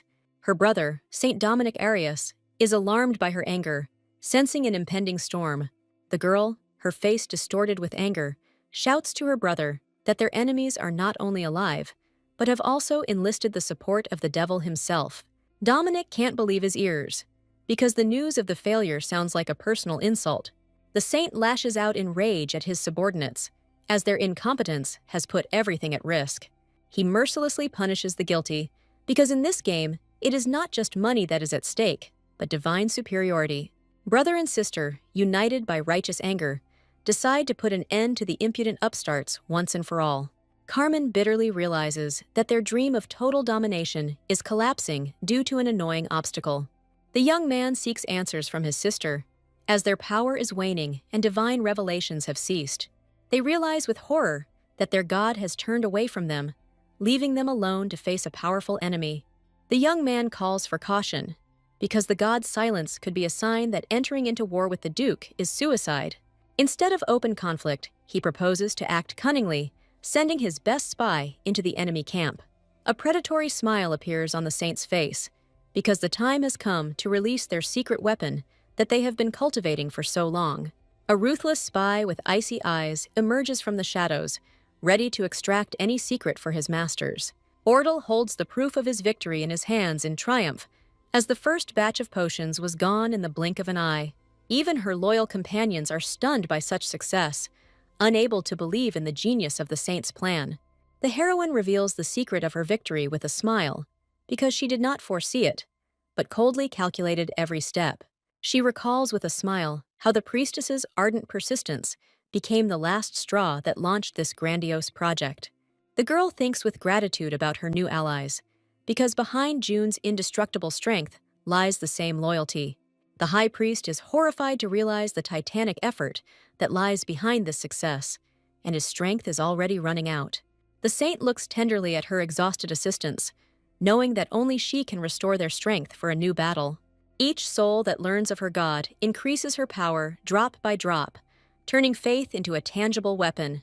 She feels her divine power growing, and this is only the beginning of her great plan to revive the forgotten god. The knight's unexpected request interrupts the triumph, introducing notes of anxiety and bewilderment into the atmosphere. The arrival of Monica's parents comes as a bolt from the blue, as no one expected this visit. Ordle recalls that this meeting is not a reunion, but a clash with the past from which the priestess fled. In the past, a young priestess challenges her parents with news of her power, causing them to question everything. The stunned parents see their daughter not as a runaway, but as a real angel who came down from heaven. Tears of joy and pride wash away all past grievances, because their child turned out to be chosen by God. The saint watches this idyll with surprise, because she was preparing for a scandal, not tears of happiness. A touching family scene is interrupted when Monica spots her mentor, and now they have to explain themselves. The girl tries to smooth over the awkwardness, but her apologies only emphasize the delicate nature of the situation. The parents' faces darken as they realize the terrible truth. From the outside, it looks as if the temple has kidnapped their daughter. The enraged Count Hentle throws accusations in the saint's face, demanding answers for his daughter. Ordle meets his anger with icy calm, boldly questioning his authority. Monica's father tries to put pressure on her with his title, not suspecting who he's really dealing with. The heroine presents herself with divine dignity, and her aura instantly disarms the Count. His wife Miriam, unlike her husband, addresses the powerful saint with awe and respect. The mother, with pain in her voice, talks about 6 months of agonizing waiting, trying to evoke sympathy. The girl, tenderly embracing the priestess, makes it clear that she already knows the whole truth about the escape. The saint, with an angelic smile, speaks of freedom of choice, but in reality gives parents an ultimatum. She will never let Monica go, because she has become not just an assistant, but an irreplaceable key to success. The heroine coldly lists the virtues of the priestess, but behind her words lies a reluctance to give up such a valuable asset. Ordell, with ostentatious generosity, grants the family privacy, hiding his true motives behind modesty. The parents are surprised by the modesty of the temple because their ideas about saints were destroyed by the ostentatious luxury of the Temple of Maria. Monica's memory flashes back to the image of a past saint, drowning in luxury and self-admiration, like a living embodiment of sin. The priestess defends her mentor with fierce devotion, for to her there is no one purer or more worthy. The parents unleash on their daughter all their pain and resentment for 6 months of excruciating uncertainty and tears. The girl tries to justify herself because the awakening of the Force was a shock for her and not a planned betrayal. She clenches her fists because her decision to become a priestess is not a whim, but the only true path that she chose herself.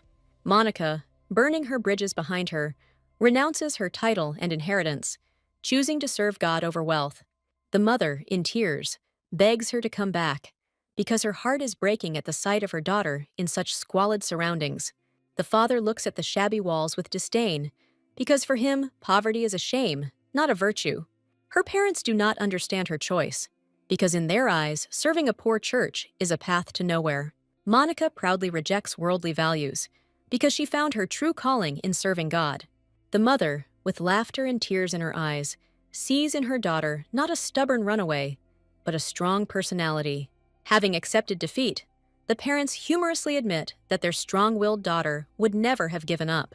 The girl is relieved to learn that her brother will become the heir, and now she is free from the shackles of the family. She happily realizes that her parents finally saw the real her, and not who she was supposed to be. The priestess confidently declares that their current poverty is only the calm before the storm of great achievements. Father is stunned by the news of the alliance with the Loman Guild, because even the emperor finds it difficult to come to an agreement with them. Monica looks at her mentor with adoration, because she became her guiding star.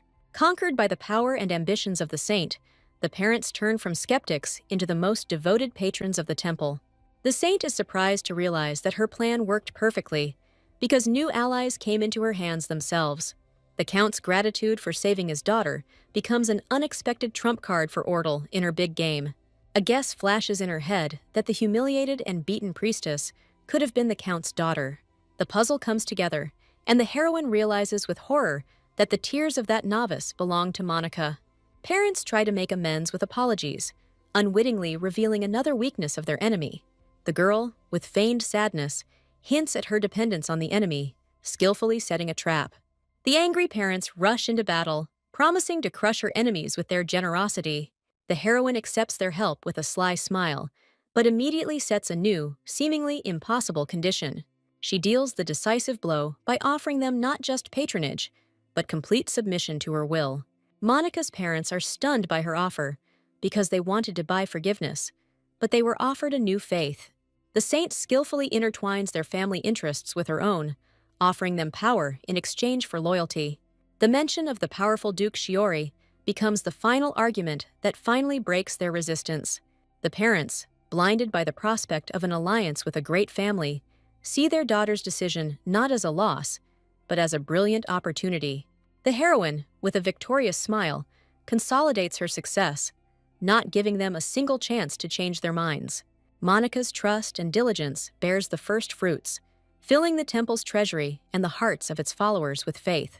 Divine power responds to her triumph, and each new follower makes the saint even more powerful. In the evening, enjoying the fruits of his victory, Ordell thinks with satisfaction about Monica's reunion with her family. The knight is surprised to note the warmth of the Hentle family ties, as it is so different from her own family. There is bitterness in her voice, for her own past is a story of escape from cruelty and tyranny. Ordell tries to diffuse the situation with a nervous laugh, but sympathy for her faithful protector can be seen in her eyes. The knight bitterly recalls the cruel lessons of his family, where love was replaced by duels for survival. Victoria speaks with cold detachment about her mercenary parents, whose world is built on power and money. Behind her decision to become a holy knight lies not just a choice, but a real rebellion against the will of her family.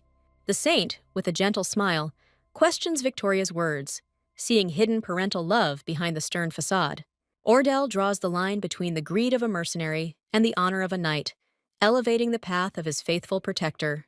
The heroine warmly lists all of Victoria's sacrifices and efforts, making it clear that none of her efforts went unnoticed. She invites the knight to look at himself through her eyes, because it is precisely such people with an unbending will who become real heroes. The words of the saint penetrate the very heart, because the very fact of her service here is a silent recognition by her parents. Victoria smiles for the first time in a long time, because in Ordle's words, she found the acceptance that she so lacked.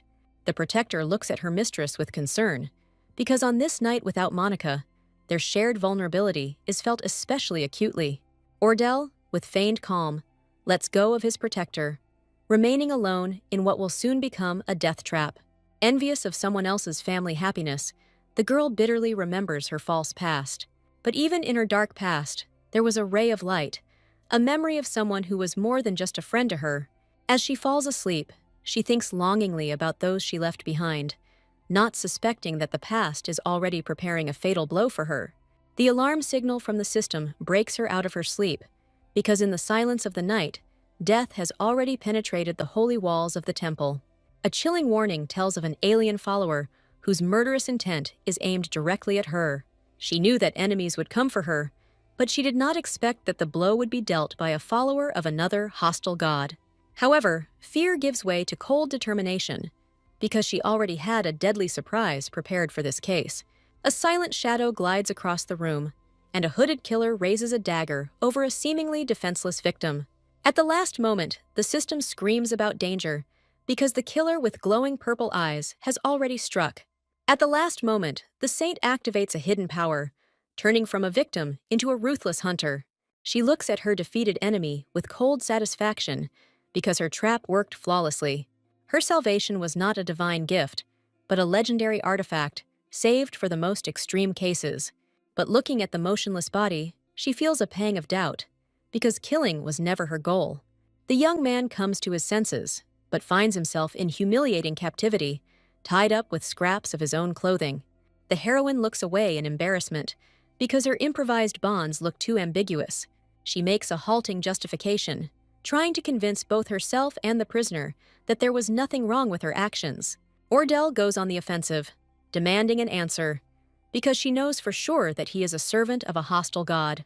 In her head, a picture of a conspiracy is forming, where the sea god's envy of her success became the cause of this bloody night. The girl begins the interrogation with icy calm, because now she needs to find out not who, but what order he received. She demands an answer imperiously, but in response, she receives only stubborn silence, full of hidden pain. Cold calculation and anxiety fight in her head, because she needs a living prisoner to expose her enemies. Having accepted the inevitable, the girl decides to take a desperate step, preparing to use her healing power. What a bitter irony! Her greatest healing power is first used on the one who came to kill her. Instead of relief, her gift brings him only unbearable agony, plunging the saint into complete shock. The system reveals the terrible truth. Their divine powers are mortal enemies, and healing itself kills it. A pop-up window reveals his secret. Jeremy Calls is protected by a curse that makes him invulnerable to the will of others. The truth turns out to be even more complicated, because he is not a killer by vocation, but a candidate for holy knights with a broken fate. The young man appears not as a villain, but as a branded slave of his god, deprived of his own will. The realization hits her like thunder. In front of her is not just an enemy, but Jeremy Calls, one of the main characters. Exhausted and wounded, Ordle desperately seeks a way out of the deadly stalemate.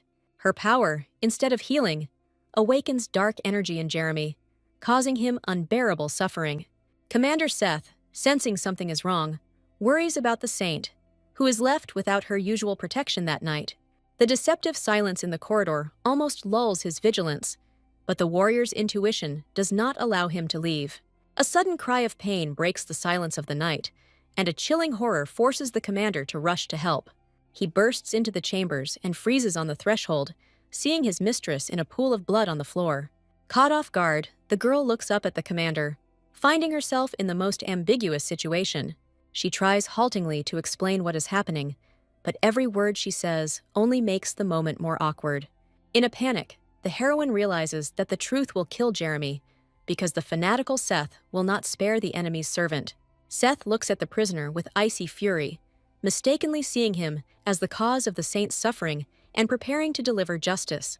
In desperation, Ordle rushes to the prisoner's defense, begging the commander not to make a mistake and kill him. Seth can hardly contain his anger, because his duty requires him to punish the one who dared to spill the blood of the saint. The commander decides to follow the regulations, promising to throw the murderer into prison and strengthen the mistress's personal security. The saint watches in horror as Seth casually throws Jeremy over his shoulder, flatly refusing such guardianship. The knight is adamant, for this knight has proven that her current protection is completely insufficient for safety. The heroine seizes the initiative, declaring that she will personally conduct the interrogation, because she has her own scores to settle with this guy. She gives a direct order that the prisoner must remain alive until her return, no matter the cost. Seth reluctantly complies, carrying his burden and promising to report everything to the high priest. At parting, he assures the lady that now nothing threatens her peace, leaving her with mixed feelings. A new morning fills the temple with light, but the night shadows have not disappeared. They have only lain in wait for the time being. Even after a mortal fight, her body, out of habit, demands to be lifted, because in the life of a saint there is no place for rest. The consequences of the night battle make themselves felt, and the heroine realizes that her body is still too weak for training. Opening the door, she unexpectedly stumbles upon her knight, who, it turns out, was right next to her all this time. The girl freezes in amazement, not expecting to see the commander of the Holy Knights on the threshold of her chambers so early. Seth hides his anxiety with a show of calm, gently chiding her for not allowing herself to rest. A shocking thought flashes through her mind.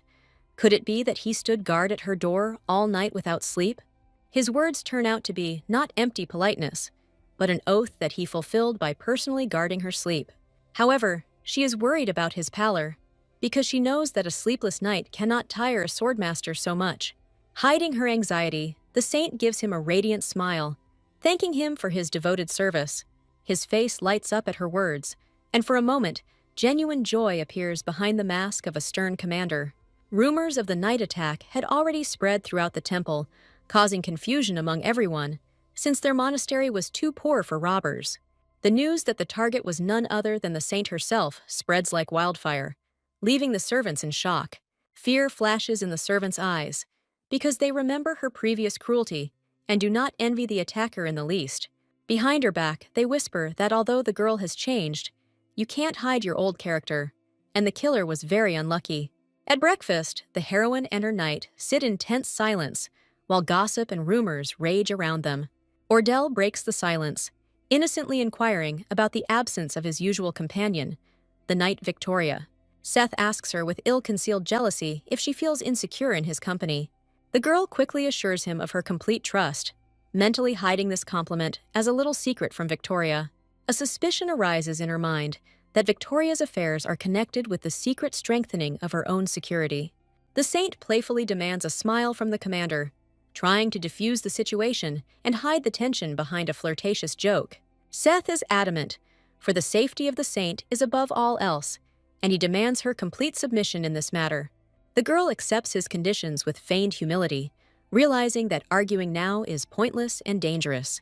The heroine is embarrassed by sidelong glances and whispers behind her back. She feels that something has gone wrong. The commander realizes that the rumors can no longer be stopped and wonders if it is too late to order everyone to keep their mouths shut.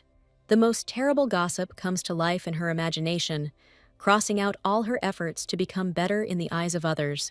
With a bitter laugh, she realizes that all her titanic efforts to restore her image have gone down the drain because of one night.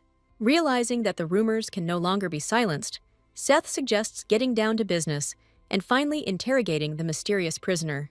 Seething with rage, the saint vows that she will not leave alone the cultists who have destroyed her hard-won image. On the way to the dungeon, the knight explains that this place blocks any divine power except that of their own god. At the entrance, they are met by a concerned priest, whose words confirm that news of her bloody vomiting has reached everyone. She is disturbed by the high priest's sickly appearance, as if he is hiding something important. Eric takes her hands under the pretext of healing in order to check her condition secretly from the commander. She understands that his concern is genuine, and this gesture is intended to hide his concern from prying eyes.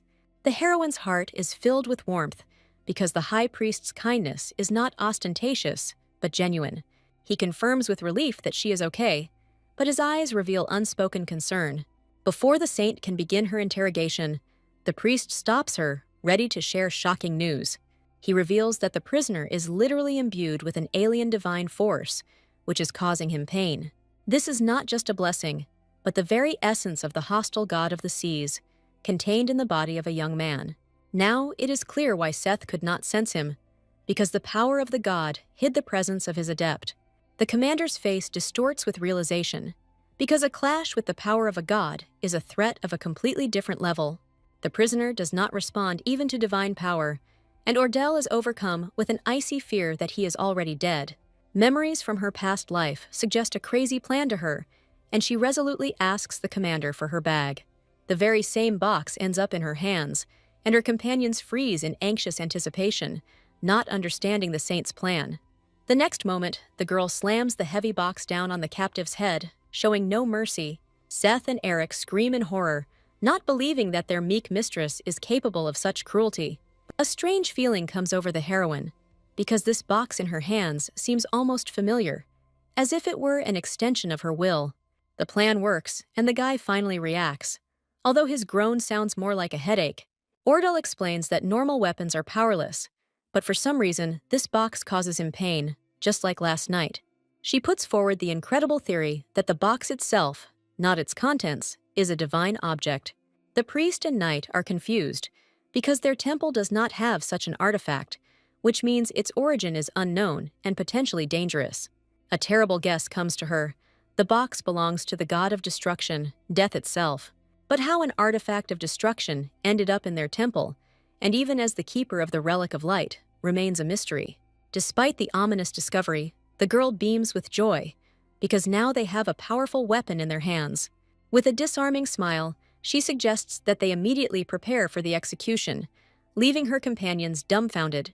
The men agree that there is no place for a killer among the living, but her enthusiasm worries them.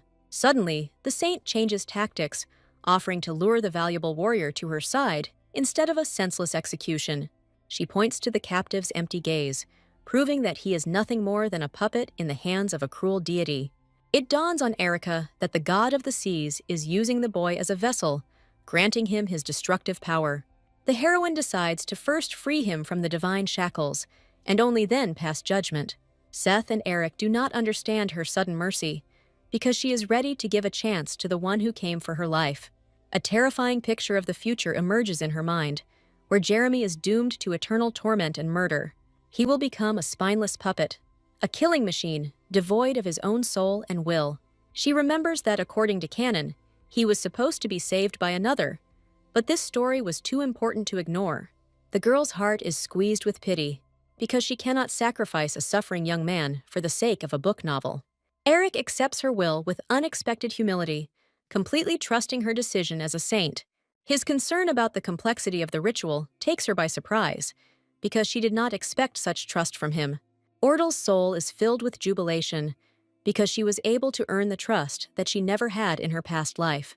She begins a grueling ritual, mentally making a deal with the prisoner, because she will still need his help. Its power doubles when resonating with a divine item, just as it did with Aurora's relic. The box becomes an anchor that will help weaken the curse if enough divine power is poured into it.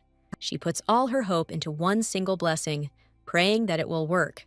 Her light power burns the body of the young man, tearing out from him cries of unbearable agony. The system warns of a dangerous overload, but the girl only clenches her teeth harder, ignoring the pain. Blood on the lips becomes the price for a terrible discovery, because he never said it was impossible. A crazy plan is born in her head, because if the blessing is strengthened, the curse can be completely destroyed. The warning of a shortened life sounds like a challenge she is ready to accept with disdain. The heroine screams in a frenzy that she is ready to sacrifice this second life for the sake of saving one soul. She challenges the sun god himself, threatening him with her death if he does not help defeat the god of the seas. With one last desperate cry, the saint releases all the power remaining within her in a blinding flash. Bleeding and crying, she realizes with horror that even the life she gave was not enough. Her body gives in under the unbearable strain, and the system forcibly shuts down her consciousness.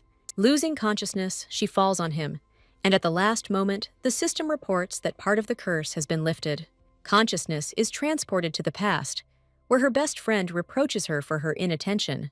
She looks around in confusion, not understanding how she ended up in the familiar cafe from her previous life. Her friend notices strange behavior, unaware that she is facing a soul from another world. The friend is comically angry, not understanding why she is acting as if she is seeing her for the first time. A friend's outburst of anger awakens a memory of how she tried to dissuade her from a dangerous job. The girl runs screaming to get a cake, even though everyone knows she can't stand sweets. She fondly remembers that behind this prickly shell lies her most faithful and only friend. Deep down, this ulcer was the kindest person, ready to do anything for her, even buy her the hated cake. In her fading consciousness, an image of the one for whom she started this journey, her precious friend Ju Hyun-jin, appears. That smile could melt any heart, and even in the most difficult moments, it was impossible to be angry with her. Consciousness returns to the tortured body, and Eric reassures everyone that the treatment is over and the saint will soon wake up. Elle is tormented by guilt, believing that her departure was the reason for the attack on the mistress. Eric interrupts her self-flagellation with the shocking news that the saint was not, in fact, a victim. He tells with surprise how their mistress herself caught the killer, but lost consciousness, miscalculating her strength. The bloody scene flashes back to him, and he remembers how he underestimated her, not expecting such dedication. A cold rage grips the priest at the thought that if he had known of her reckless desire to save the enemy, he would have killed him on the spot. Looking at her peaceful face, he desperately tries to understand what made her change so much and take such a risk. The Knight Commander, observing his mistress, firmly believes that there is a compelling reason behind this act, beyond their understanding. Victoria notes with surprise that even with torn clothes, the killer's body was surprisingly beautiful. It dawns on her that the saint behaved just as animatedly and interestedly with the handsome Gario Shiori. A shocking and slightly absurd guess is born in her head. Is their mistress simply a sucker for handsome men? The Knight Commander is horrified to realize that the only thing the two have in common is their stunning looks. Al notices her strange state, but Victoria quickly hides her thoughts behind a mask of concern. She vows to herself from now on to protect the saint from the charms of handsome men, so that she does not get into another mess. Finally, Ordell opens her eyes, and Elle welcomes her back to the world of the living with relief. The girl comes to with a severe headache, the result of monstrous overexertion. She calms the agitated maid, attributing her condition to a strange and difficult dream. But this dream was too real, because in it, she again saw her dead friend from a past life. The memory of a friend sobbing in despair over her lifeless body burns the mind with the pain of loss. She answers with hidden sadness that she dreamed of a very important friend from her past life. The maid's tactless question about friends takes the saint by surprise, reminding her of her former loneliness. Monica's unexpected tears cause the heroine genuine bewilderment and concern. Through her sobs, the maid vows never to leave her side, because the fear for her life was simply unbearable. The girl tenderly reassures her, admitting that she does not regret anything, because saving her soul was worth it. Elle thinks to herself that no one doubted her determination, because a saint never retreats from her principles. She is amazed at how well they understand her, and the maid's sincere response about universal love warms her soul. A timid hope is born in her heart that now she is hated a little less than before. A happy smile lights up her face, because all the efforts she put in were not in vain. She asks hopefully about the fate of the killer, and the news of his recovery brings her great relief. His last look comes back to her mind, in which for a moment something meaningful and human flashed. The maid adds that he refuses to speak to anyone but her, which only increases her interest. However, the body is still too weak, and the heroine is forced to postpone the meeting to gain strength. Al happily fusses around the lady, promising to bring her his signature soufflé for a speedy recovery. 2 days later, having fully recovered, she, accompanied by her faithful knights, finally goes to her goal. With a flirtatious smile, she assures the knight that he need not worry now, because she is completely fine. His answer that he will never stop worrying about her takes her by surprise, causing only heavy sighs from the retinue. The prisoner's gaze had indeed changed, and there was no longer that empty rage in it that had been there before. He interrupts her greeting with an unexpectedly brazen response, calling his savior a rude woman. She is outraged by his impudence, because she was only defending herself, but his reproach for beating an unarmed man makes her retinue freeze. The young man stuns her with his insight, realizing that her blows were not an act of cruelty, but an attempt to bring him back to his senses. She realizes with horror that he was not a mindless puppet, but a prisoner in his own body. To establish contact, she asks his name, and Jeremy Call's dry answer becomes the first step toward dialogue. His name confirms her suspicions, and she gets to the main point, carefully finding out his attitude towards his former masters. In response to her question, he explodes with a stream of childish but sincere hatred, calling the priests tyrants and bandits. His contempt for his tormentors is boundless, because they saw him as only a tool for their dirty purposes. He firmly states that he hates them and would rather remain in prison than return. A mischievous glint lights up in her eyes, and she offers him his freedom in exchange for one single promise. The saint makes him an offer he can't refuse, to break with his dark past.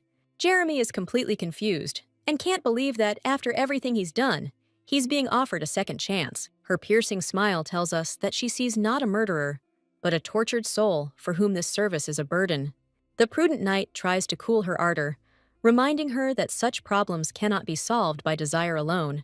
The young man timidly expresses his consent, which greatly surprises the stern warrior, who did not expect such obedience. He bitterly admits that the curse still holds him captive, and only the magic box allows him to speak.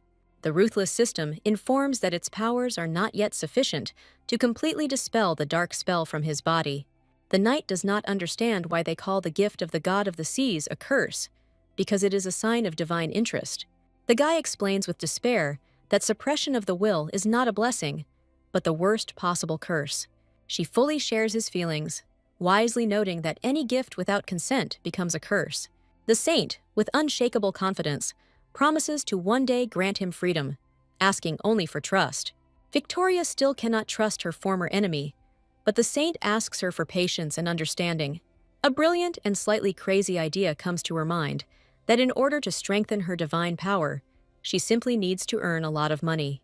She promises the guy a complete cure in exchange for his loyalty, because such a strong ally will definitely not hurt them. Jeremy suddenly regrets the attack, but his excuse that he didn't mean to kill her sounds very strange. In his memories, he is not a brutal killer, but a clumsy kidnapper whose mission was simply to steal her.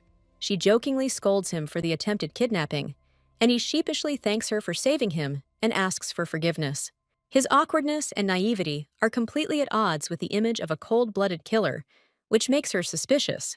She recalls that in the original story, Jeremy was a tough character who desperately resisted God. His tragic fate comes to mind, because in the novella, he suffered for a whole year under the yoke of the god of the seas. His sad fate now seems to her frighteningly similar to what is happening to Ruth right now. The memory of Ruth being transformed, freed from his suffering, gives her hope that Jeremy can be saved. She tests his resolve one last time, and his furious response, full of hatred for his god, becomes the point of no return. With a sly smile, she offers him not just freedom, but a chance to take revenge on his tormentors. Her proposal to stage a small performance takes him by surprise, promising intrigue and deception. A few days later, the action moves to a majestic temple, where their risky game is about to begin. A priest from an enemy temple arrives at the enemy's lair, unaware of the trap that awaits him. The arrogant priest Chambers looks at someone else's temple with disdain, considering it unworthy of his attention. In the Temple of the Seas, they hypocritically lament the fate of their precious lamb, who is allegedly being tortured by heretics. The cold order to save Jeremy at any cost shows how important he is to them as a tool, not as a person. For them, the young man is not a person, but only a great gift from their god, a priceless talent that they do not intend to lose. The representatives of the Temple of the Seas, with an arrogant look, demand that the gates be opened to them immediately, without doubting their right. The guard coldly refuses, citing the rules, which enrages the uninvited guest, who is not used to refusals. The retinue tries to use authority, but the guards are adamant and demand evidence. Heating up the situation, gritting his teeth in humiliation, the priest presents his ID, confident that this will solve all problems. Inside, Chambers is seething with anger, vowing revenge on these insolent people for the disrespect they showed him. Suddenly, the young priest Dietrich Villain appears, his calm greeting in sharp contrast to the general tension. The guest grimaces in disappointment, because he expected to be greeted by the great priest himself, and not some youth. Dietrich, with a slight smile, informs them that the high priest is too busy, and he, as a high-ranking priest, will see them out. Chambers can't believe that this young guy, who looks no more than 20, holds such a high position. He sneers, deciding that the Temple of the Sun must be in really bad shape if they trust such positions to young people. The arrogant priest looks at the alien temple with disdain, confident that he will easily return his fugitive. He demands a meeting with the boss, but is put in his place, hinting that someone much more important is waiting for him. The tension mounts as Dietrich throws open the doors, preparing his guest for a meeting that will change everything. Before him appears Saint Ordelle herself, the daughter of the sun god, whose majestic appearance radiates undeniable power. Chambers is stunned. He can't believe that such a devastating aura can come from a mere man. The knight's icy voice brings him out of his stupor, demanding that he show respect to the one he dared to underestimate. The bewildered priest bows hastily, his former arrogance gone in the face of true power. Inside, he is seething with rage, because this unexpected power ruins all his plans and puts him in a humiliating position.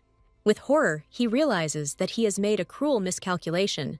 These people are not at all the simpletons he imagined them to be. The saint begins her interrogation with a deceptively sweet smile, subtly hinting at their impudence and the long-standing silence between the churches. The priest panics when he realizes that he is being accused not of kidnapping, but of attempted murder. And this changes everything. Her sly smile clearly says that he has fallen into her net, and now he definitely won't escape retribution. He mutters about a misunderstanding, but the knight coldly remarks that sending an assassin is going too far. The saint, with icy calm, reminds him of the knife in her bedroom, shattering his lie into pieces. In desperation, Chambers tries to wriggle out of it by denying the order to kill and blaming it on Jeremy himself. She listens with disdain to his clumsy excuses about a system failure, not believing a single word. The knight is furious at such a brazen lie, because the invasion of the saint's bedroom cannot be an accident. Completely defeated and cornered, the priest is forced to admit defeat and apologize for his slip of the tongue. The girl skillfully plays the victim, complaining of insomnia and trauma, which causes him to panic. She dramatically recalls the bloody night, hinting that she was actually trying to save him, and not the other way around. She swears with pathos that for the first time in her life, she has shed so much blood, bringing her performance to perfection. The saint laments in horror about her possible fate, driving the frightened priest even further into a corner. With an angelic smile, she declares that she is entitled to full compensation for such an incident, leaving him no choice. Gritting his teeth, Chambers agrees to everything, asking if monetary compensation will be enough to hush up the matter. He desperately tries to bargain, demanding the return of Jeremy and keeping everything a secret in exchange for money. With an unperturbed expression, she names her price at 100,000 gold, which in her world is equivalent to billions. The priest jumps up in shock, shouting that such a sum is already too much and an outright robbery.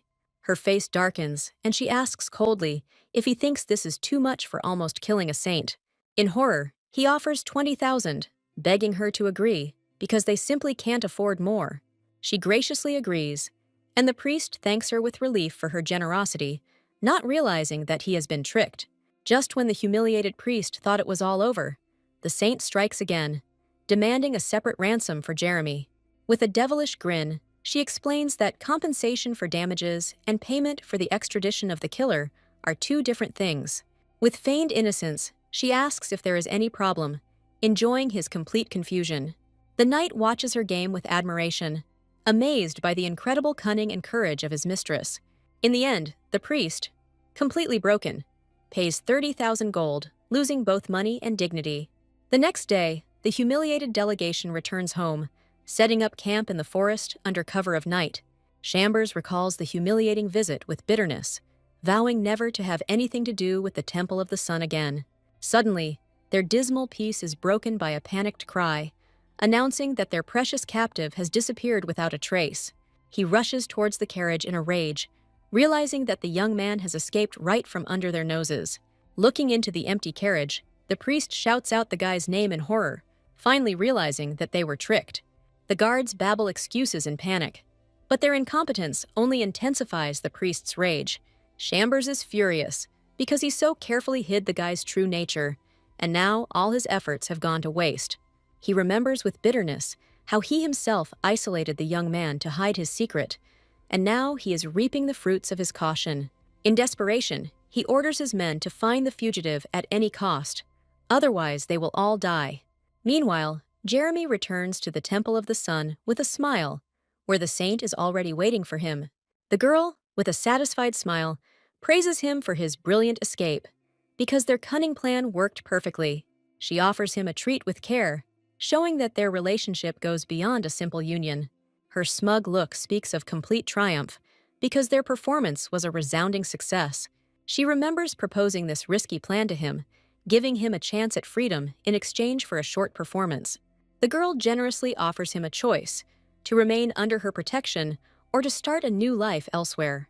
She promises him complete freedom if he returns, and the word echoes in his tormented soul. The divine stone she gave him, the tear of the Creator, becomes his only salvation from the curse.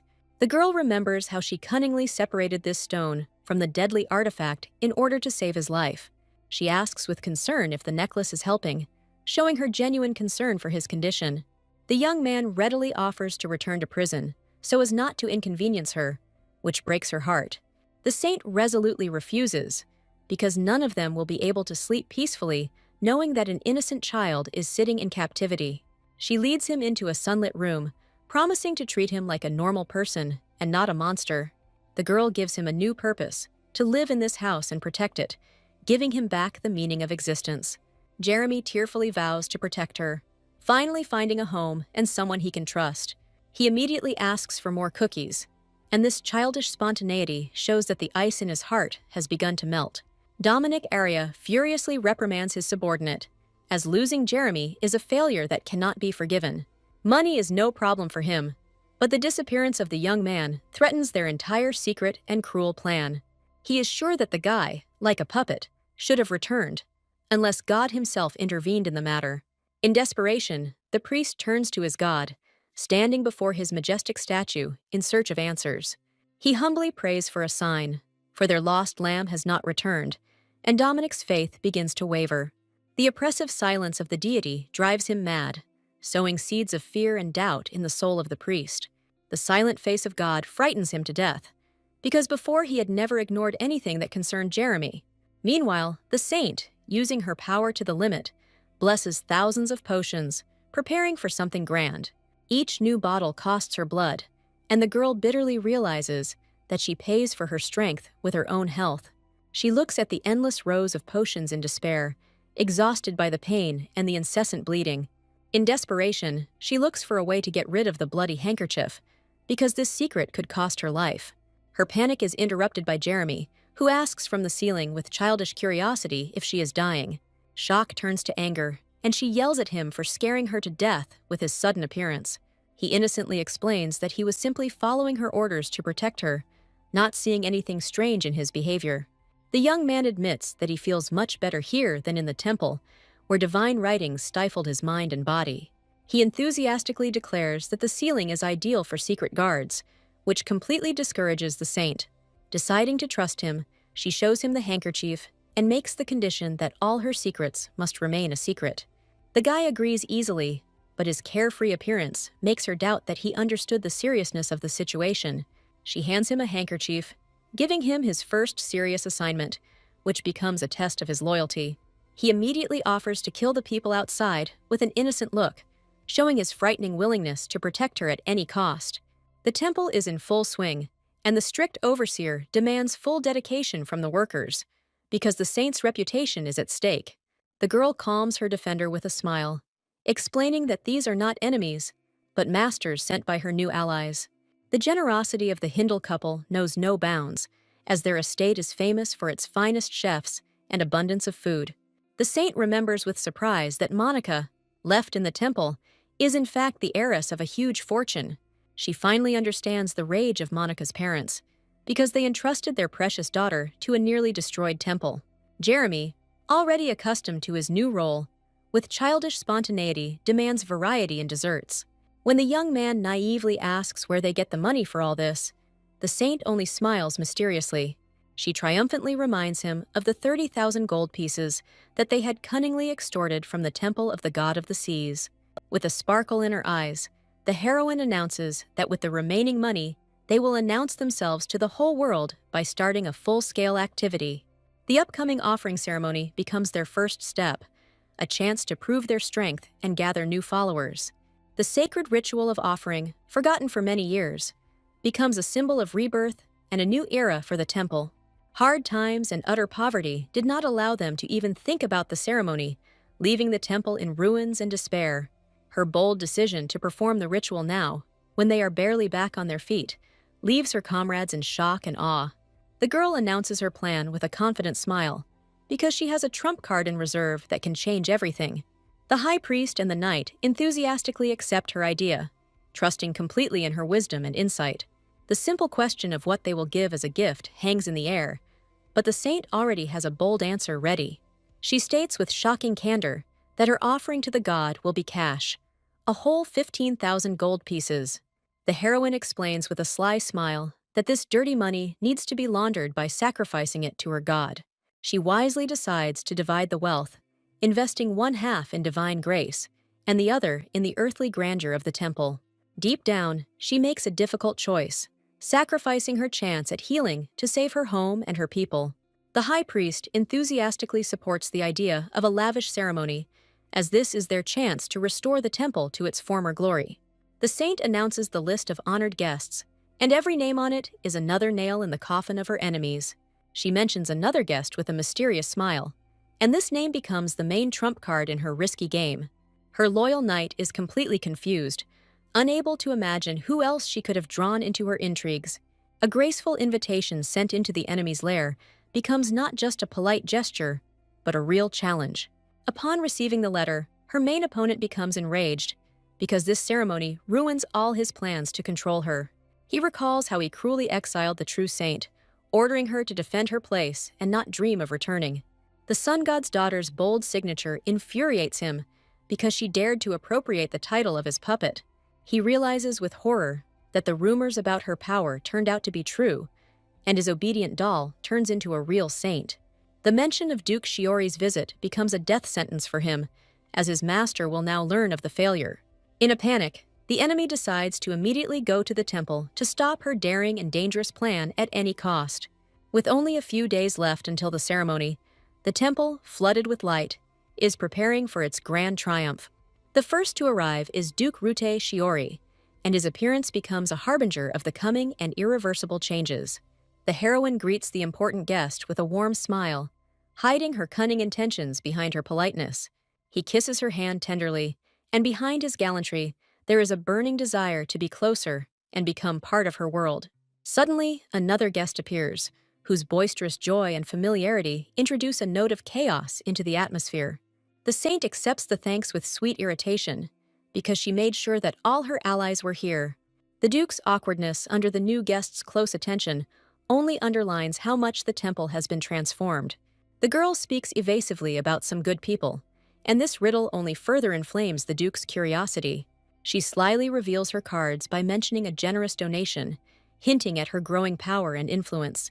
The Duke's jealousy flares up when he realizes that the saint has another rich patron. Her confusion grows as she sees that even her loyal companions seem to disapprove of the changes that have taken place.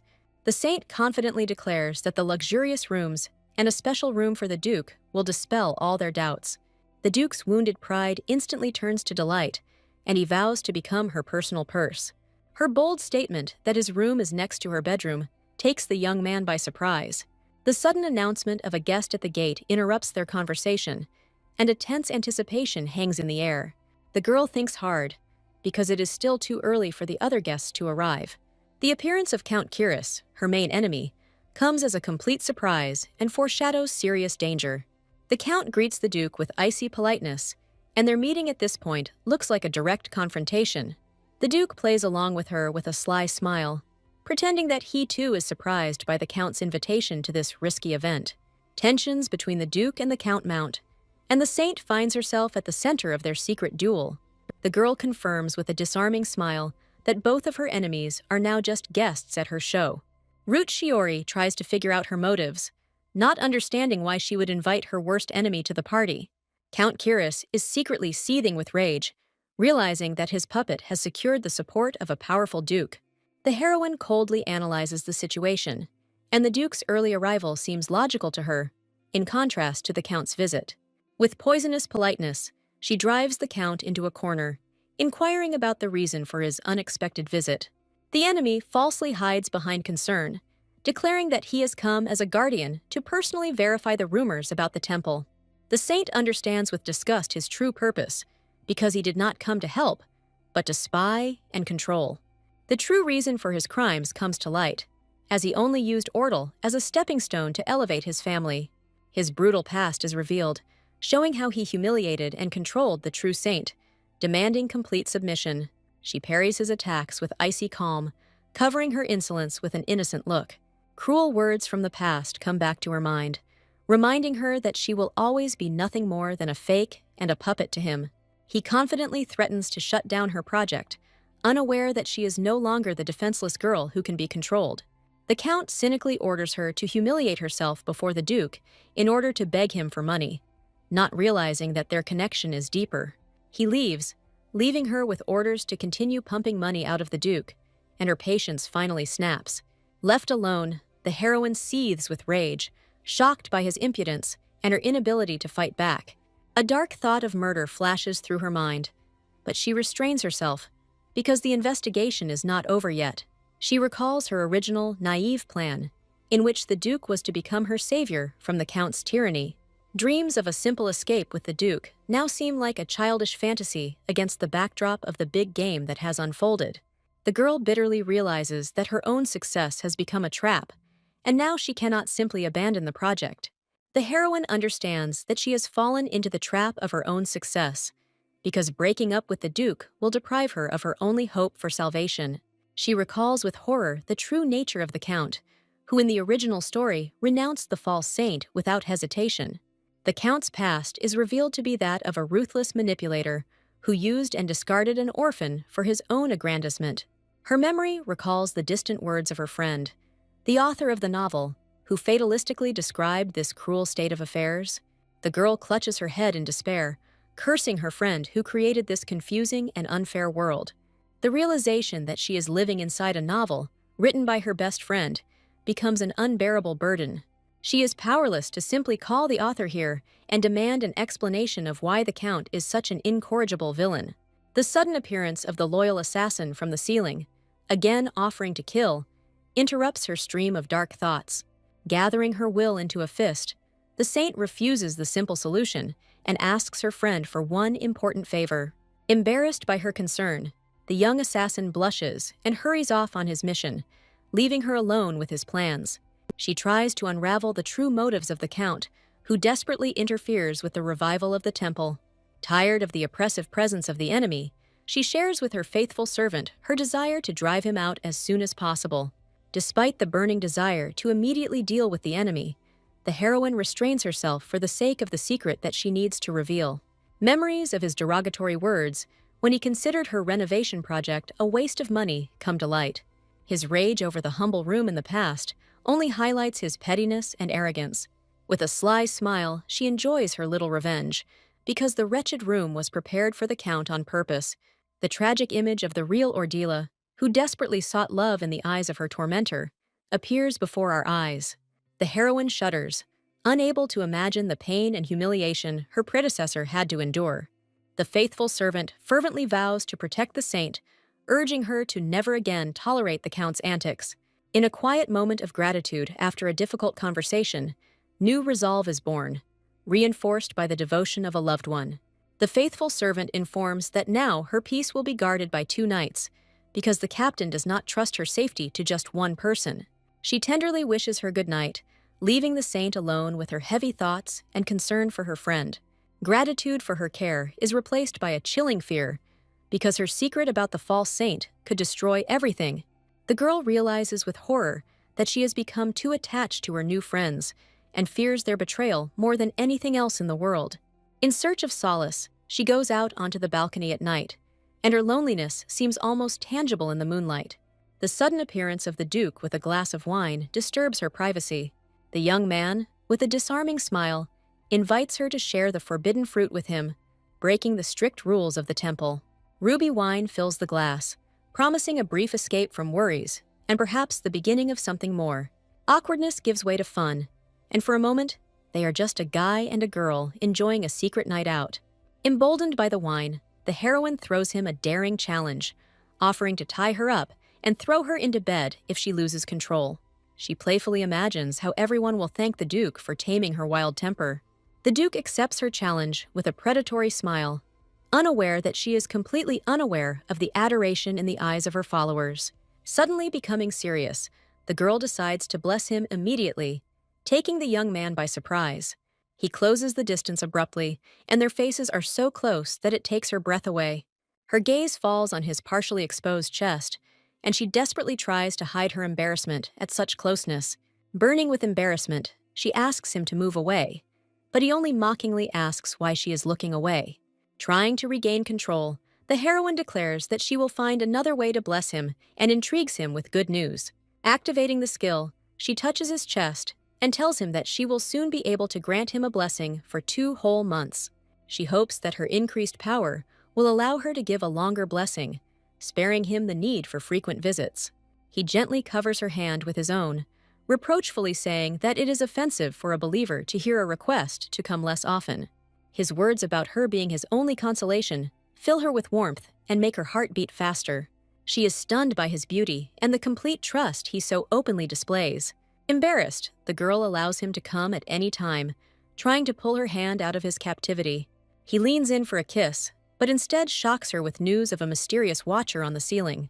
The Duke reports that this spy has recently switched his attention from her to Count Kiris. He casually confirms his status as a magical swordsman whose strength surpasses that of ordinary swordsmen. Deciding that there is no point in hiding the truth any longer, she reveals to him the secret of her secret bodyguard. She explains with dark humor that her bodyguard is actually an assassin whom she neutralized.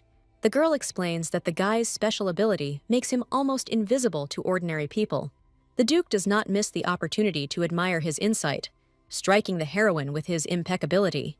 Only she sees the mysterious golden aura around the Duke, shining with divine light. The girl feels that this aura, connected with God, is the key to solving all her problems. In the morning, she is proud of her fortitude after a night of partying with Rute, not suspecting that she has become even drunker. Their nightly meetings on the balcony, with endless wine from the Duke's pocket, became a saving ritual for her. 2 days before the ceremony, her adoptive parents, the Hentles, arrive with false delight on their faces. Behind their smiles lies a seething rage at the thought of the Count, who dared to raise his hand against their daughter. She notes with irritation that her uninvited brother Gale has arrived along with the invited Count Kiris. The saint pretends not to hear the poisonous whispers of her parents, who are plotting something against the temple. Despite the tension, the last guests have arrived, and the sumptuous banquet is ready to begin in the glittering hall. Her enemies underestimate her family, considering their appearance to be only a minor nuisance, no more significant than an extra bun. Her enemies look forward to another meager meal with disdain, considering it a stroke of luck to eat even one decent piece. The radiant heroine triumphantly greets the guests, destroying their expectations and presenting a luxurious banquet. The Count and his accomplice are stunned, unable to believe that their plan to humiliate her has failed miserably. Her faithful followers look around the transformed hall with childish delight, not believing their eyes. One of her men, with tears in his eyes, thanks her for a day he never dared to dream of. Ordle watches everyone's happiness with satisfaction, realizing that all her efforts were not in vain. Count Kiris sits alone at the very end of the table, and she thinks maliciously that it serves him right. She coldly reasons that his meager donation and hypocrisy do not give him the right to sit at the head of the table. The Duke notes with a warm smile that the saint looks especially contented and happy today. The girl cheerfully agrees, because with such a magnificent banquet and an excellent chef, she has no reason to be sad. Madame June tries to improve relations with the Hentle family, But the heroine realizes that her target is not the Duke, but someone else. She strikes by introducing her maid Monica as Hindle's eldest daughter, leaving the family shocked and furious. The Duke feigns sadness and complains that she might be dissatisfied with him, playfully calling himself her purse. The saint boldly declares that the more purses the better, causing her brother Gale to burn with shame. With a wink, she compares Ruta to a priceless safe that everyone is eager to get their hands on, turning flirtation into artful flattery. He clearly likes this comparison, because being the keeper of the most valuable thing is a role that he enjoys. The young man smugly agrees that being desirable to everyone is simply an integral part of his nature. Those around him were stunned by the Duke's unusual behavior, unable to understand the reason for his sudden openness. June, seeing him so relaxed with a woman for the first time, cannot hide her surprise and embarrassment. Later, away from everyone, she lovingly asks her faithful Jeremy to eat more slowly, showing her other, softer side. She tenderly feeds her faithful bodyguard, promising that there is enough food for everyone, and asks him not to rush. Jeremy leans back on the couch with relief, finally full and satisfied after a long hunger. After a short respite, the saint gets down to business, inquiring about the results of his dangerous spy mission. The young man painfully admits that it was unbearable for him to listen to the Count's constant insults towards her. She puts aside emotions with cold understanding, demanding from him only the most important and key facts. The guy reports the main thing: the revival of the great Temple of the Sun God is extremely disadvantageous for Count Kiris. Her worst suspicions are confirmed, as the Count made her a false saint only for the benefit of his family. The Count's true goal is revealed in all its monstrosity: the complete and final fall of the Great Temple. The realization sounds like an alarm, because the Count was not alone in this intrigue, and there are other powerful forces behind him. Preparing for war, the heroine asks Jeremy to tell everything in order, without missing a single detail of the conspiracy. On the day of the ceremony, the majestic temple stood in anticipation, ready to become the stage for decisive events. The commander of the Holy Knights, with unwavering determination, reports that they are fully prepared to begin. Ordell, in her ceremonial attire, glows with divine light, ready to blind her enemies and inspire her allies. Her faithful follower enthusiastically praises the beauty of the saint, not hiding her adoration. Kneeling, the knight swears eternal fidelity, comparing the girl to a shining ray of sunshine. The heroine accepts her role with confidence, calling on him to begin the procession, because everyone is already tired of waiting. She entrusts her safety completely to the commander, placing her hand in his as a symbol of their alliance. He kisses her hand with trepidation, making a silent vow to protect her even at the cost of his own life. His deadly seriousness amuses her, because this is just an escort, not a march to war. Under a canopy of crossed swords, they march forward solemnly, demonstrating unbreakable unity. The commander leaves her at the last line, because she must go on alone. She is greeted by a beaming high priest, who is waiting with a smile for her appearance. The girl triumphantly reached the final, but a shadow of doubt darkens her determination. Before her, in divine light, floats the sacred relic, the heart of the entire ritual. Suddenly, the sacred artifact turns out to be just a donation box, ruining all the solemnity. She makes her modest contribution, and the small bag flies straight into the blinding light. Her offering dissolves into radiance, releasing an incredible wave of divine energy. Her adoptive parents, the Hindles, watch the miracle with their jaws dropped, not believing their eyes.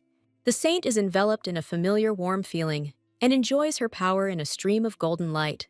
Later, her hypocritical father is teased for her tears, because even he could not contain his emotions in the face of her strength. She accepts the praise with a smile, but gives all the glory to her faithful assistant Monica.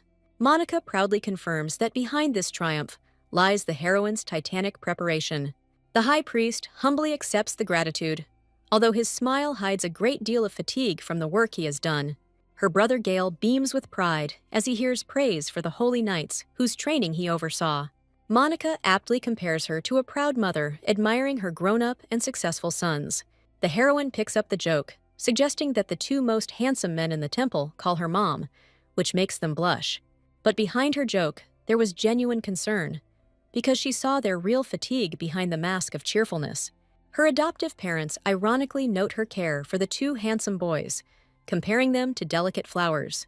Duke Root bursts into the conversation with playful jealousy, demanding the same reverent attention for himself. She retorts defiantly, jokingly offering him her son's place, since at her young age she already has 3 grown-up children. The Duke, with a sly grin, provokes her, demanding to determine which of her sons is the eldest and who is the favorite. Monica excitedly announces the results, placing High Priest Eric in first place and Captain Seth in second.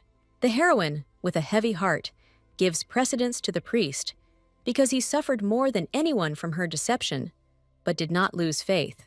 Eric is stunned and confused by her choice, unable to believe that she values him so highly. Monica teases the embarrassed captain, who, although he came in second, is clearly not upset. Seth, blushing, admits that he is incredibly happy just because she cares about him. They tease him that there wasn't enough love for the youngest, but the Duke only promises to try even harder. She challenges him to call her mom, but receives an unexpectedly cold and firm refusal. His abruptness confuses her, because he usually plays along with jokes, and this change makes her think. Suddenly, a huge magical inventory opens before her, hinting at new, yet undiscovered abilities. She is delighted to realize her new power, because now, with her magical inventory, she is not afraid of any enemies. An unexpected visit from the High Priest interrupts her thoughts, but she remains icy calm. The heroine calls Eric for a frank conversation to ask a question that could change everything. She hits the nail on the head by asking about Count Kiris's pressure, trying to uncover his true motives. The priest denies his involvement, recalling the Count's veiled threats against her. Eric swears that the only conversation he had with the Count was about her appointment as a false saint. He recalls the suspicious haste of the Count, who pressed him to reveal the fake saint to the world as quickly as possible. Ordell puts everything together, realizing that the Temple of the Sea God was not involved in the conspiracy against her. A terrible guess takes shape, because behind everything there is an ancient and powerful evil. Clenching her fist, she realizes that the Count is just a pawn in the hands of the true enemy. She tests the priest's loyalty by forcing him to choose between the will of the Count and their shared mission. The next day, the girl announces the closure of the business, making the first move in her risky game. Count Kiris haughtily accepts her submission, not seeing any catch in her unexpected morning visit. The heroine mentally laughs at his stupidity, because the more he is mistaken, the easier it will be for her to strike. She cleverly describes the upcoming financial problems, skillfully luring him into her cunning trap. The girl offers him to pay for her own demand, shifting all responsibility onto him. She enthusiastically demands a huge sum of money from the Count to cover the losses.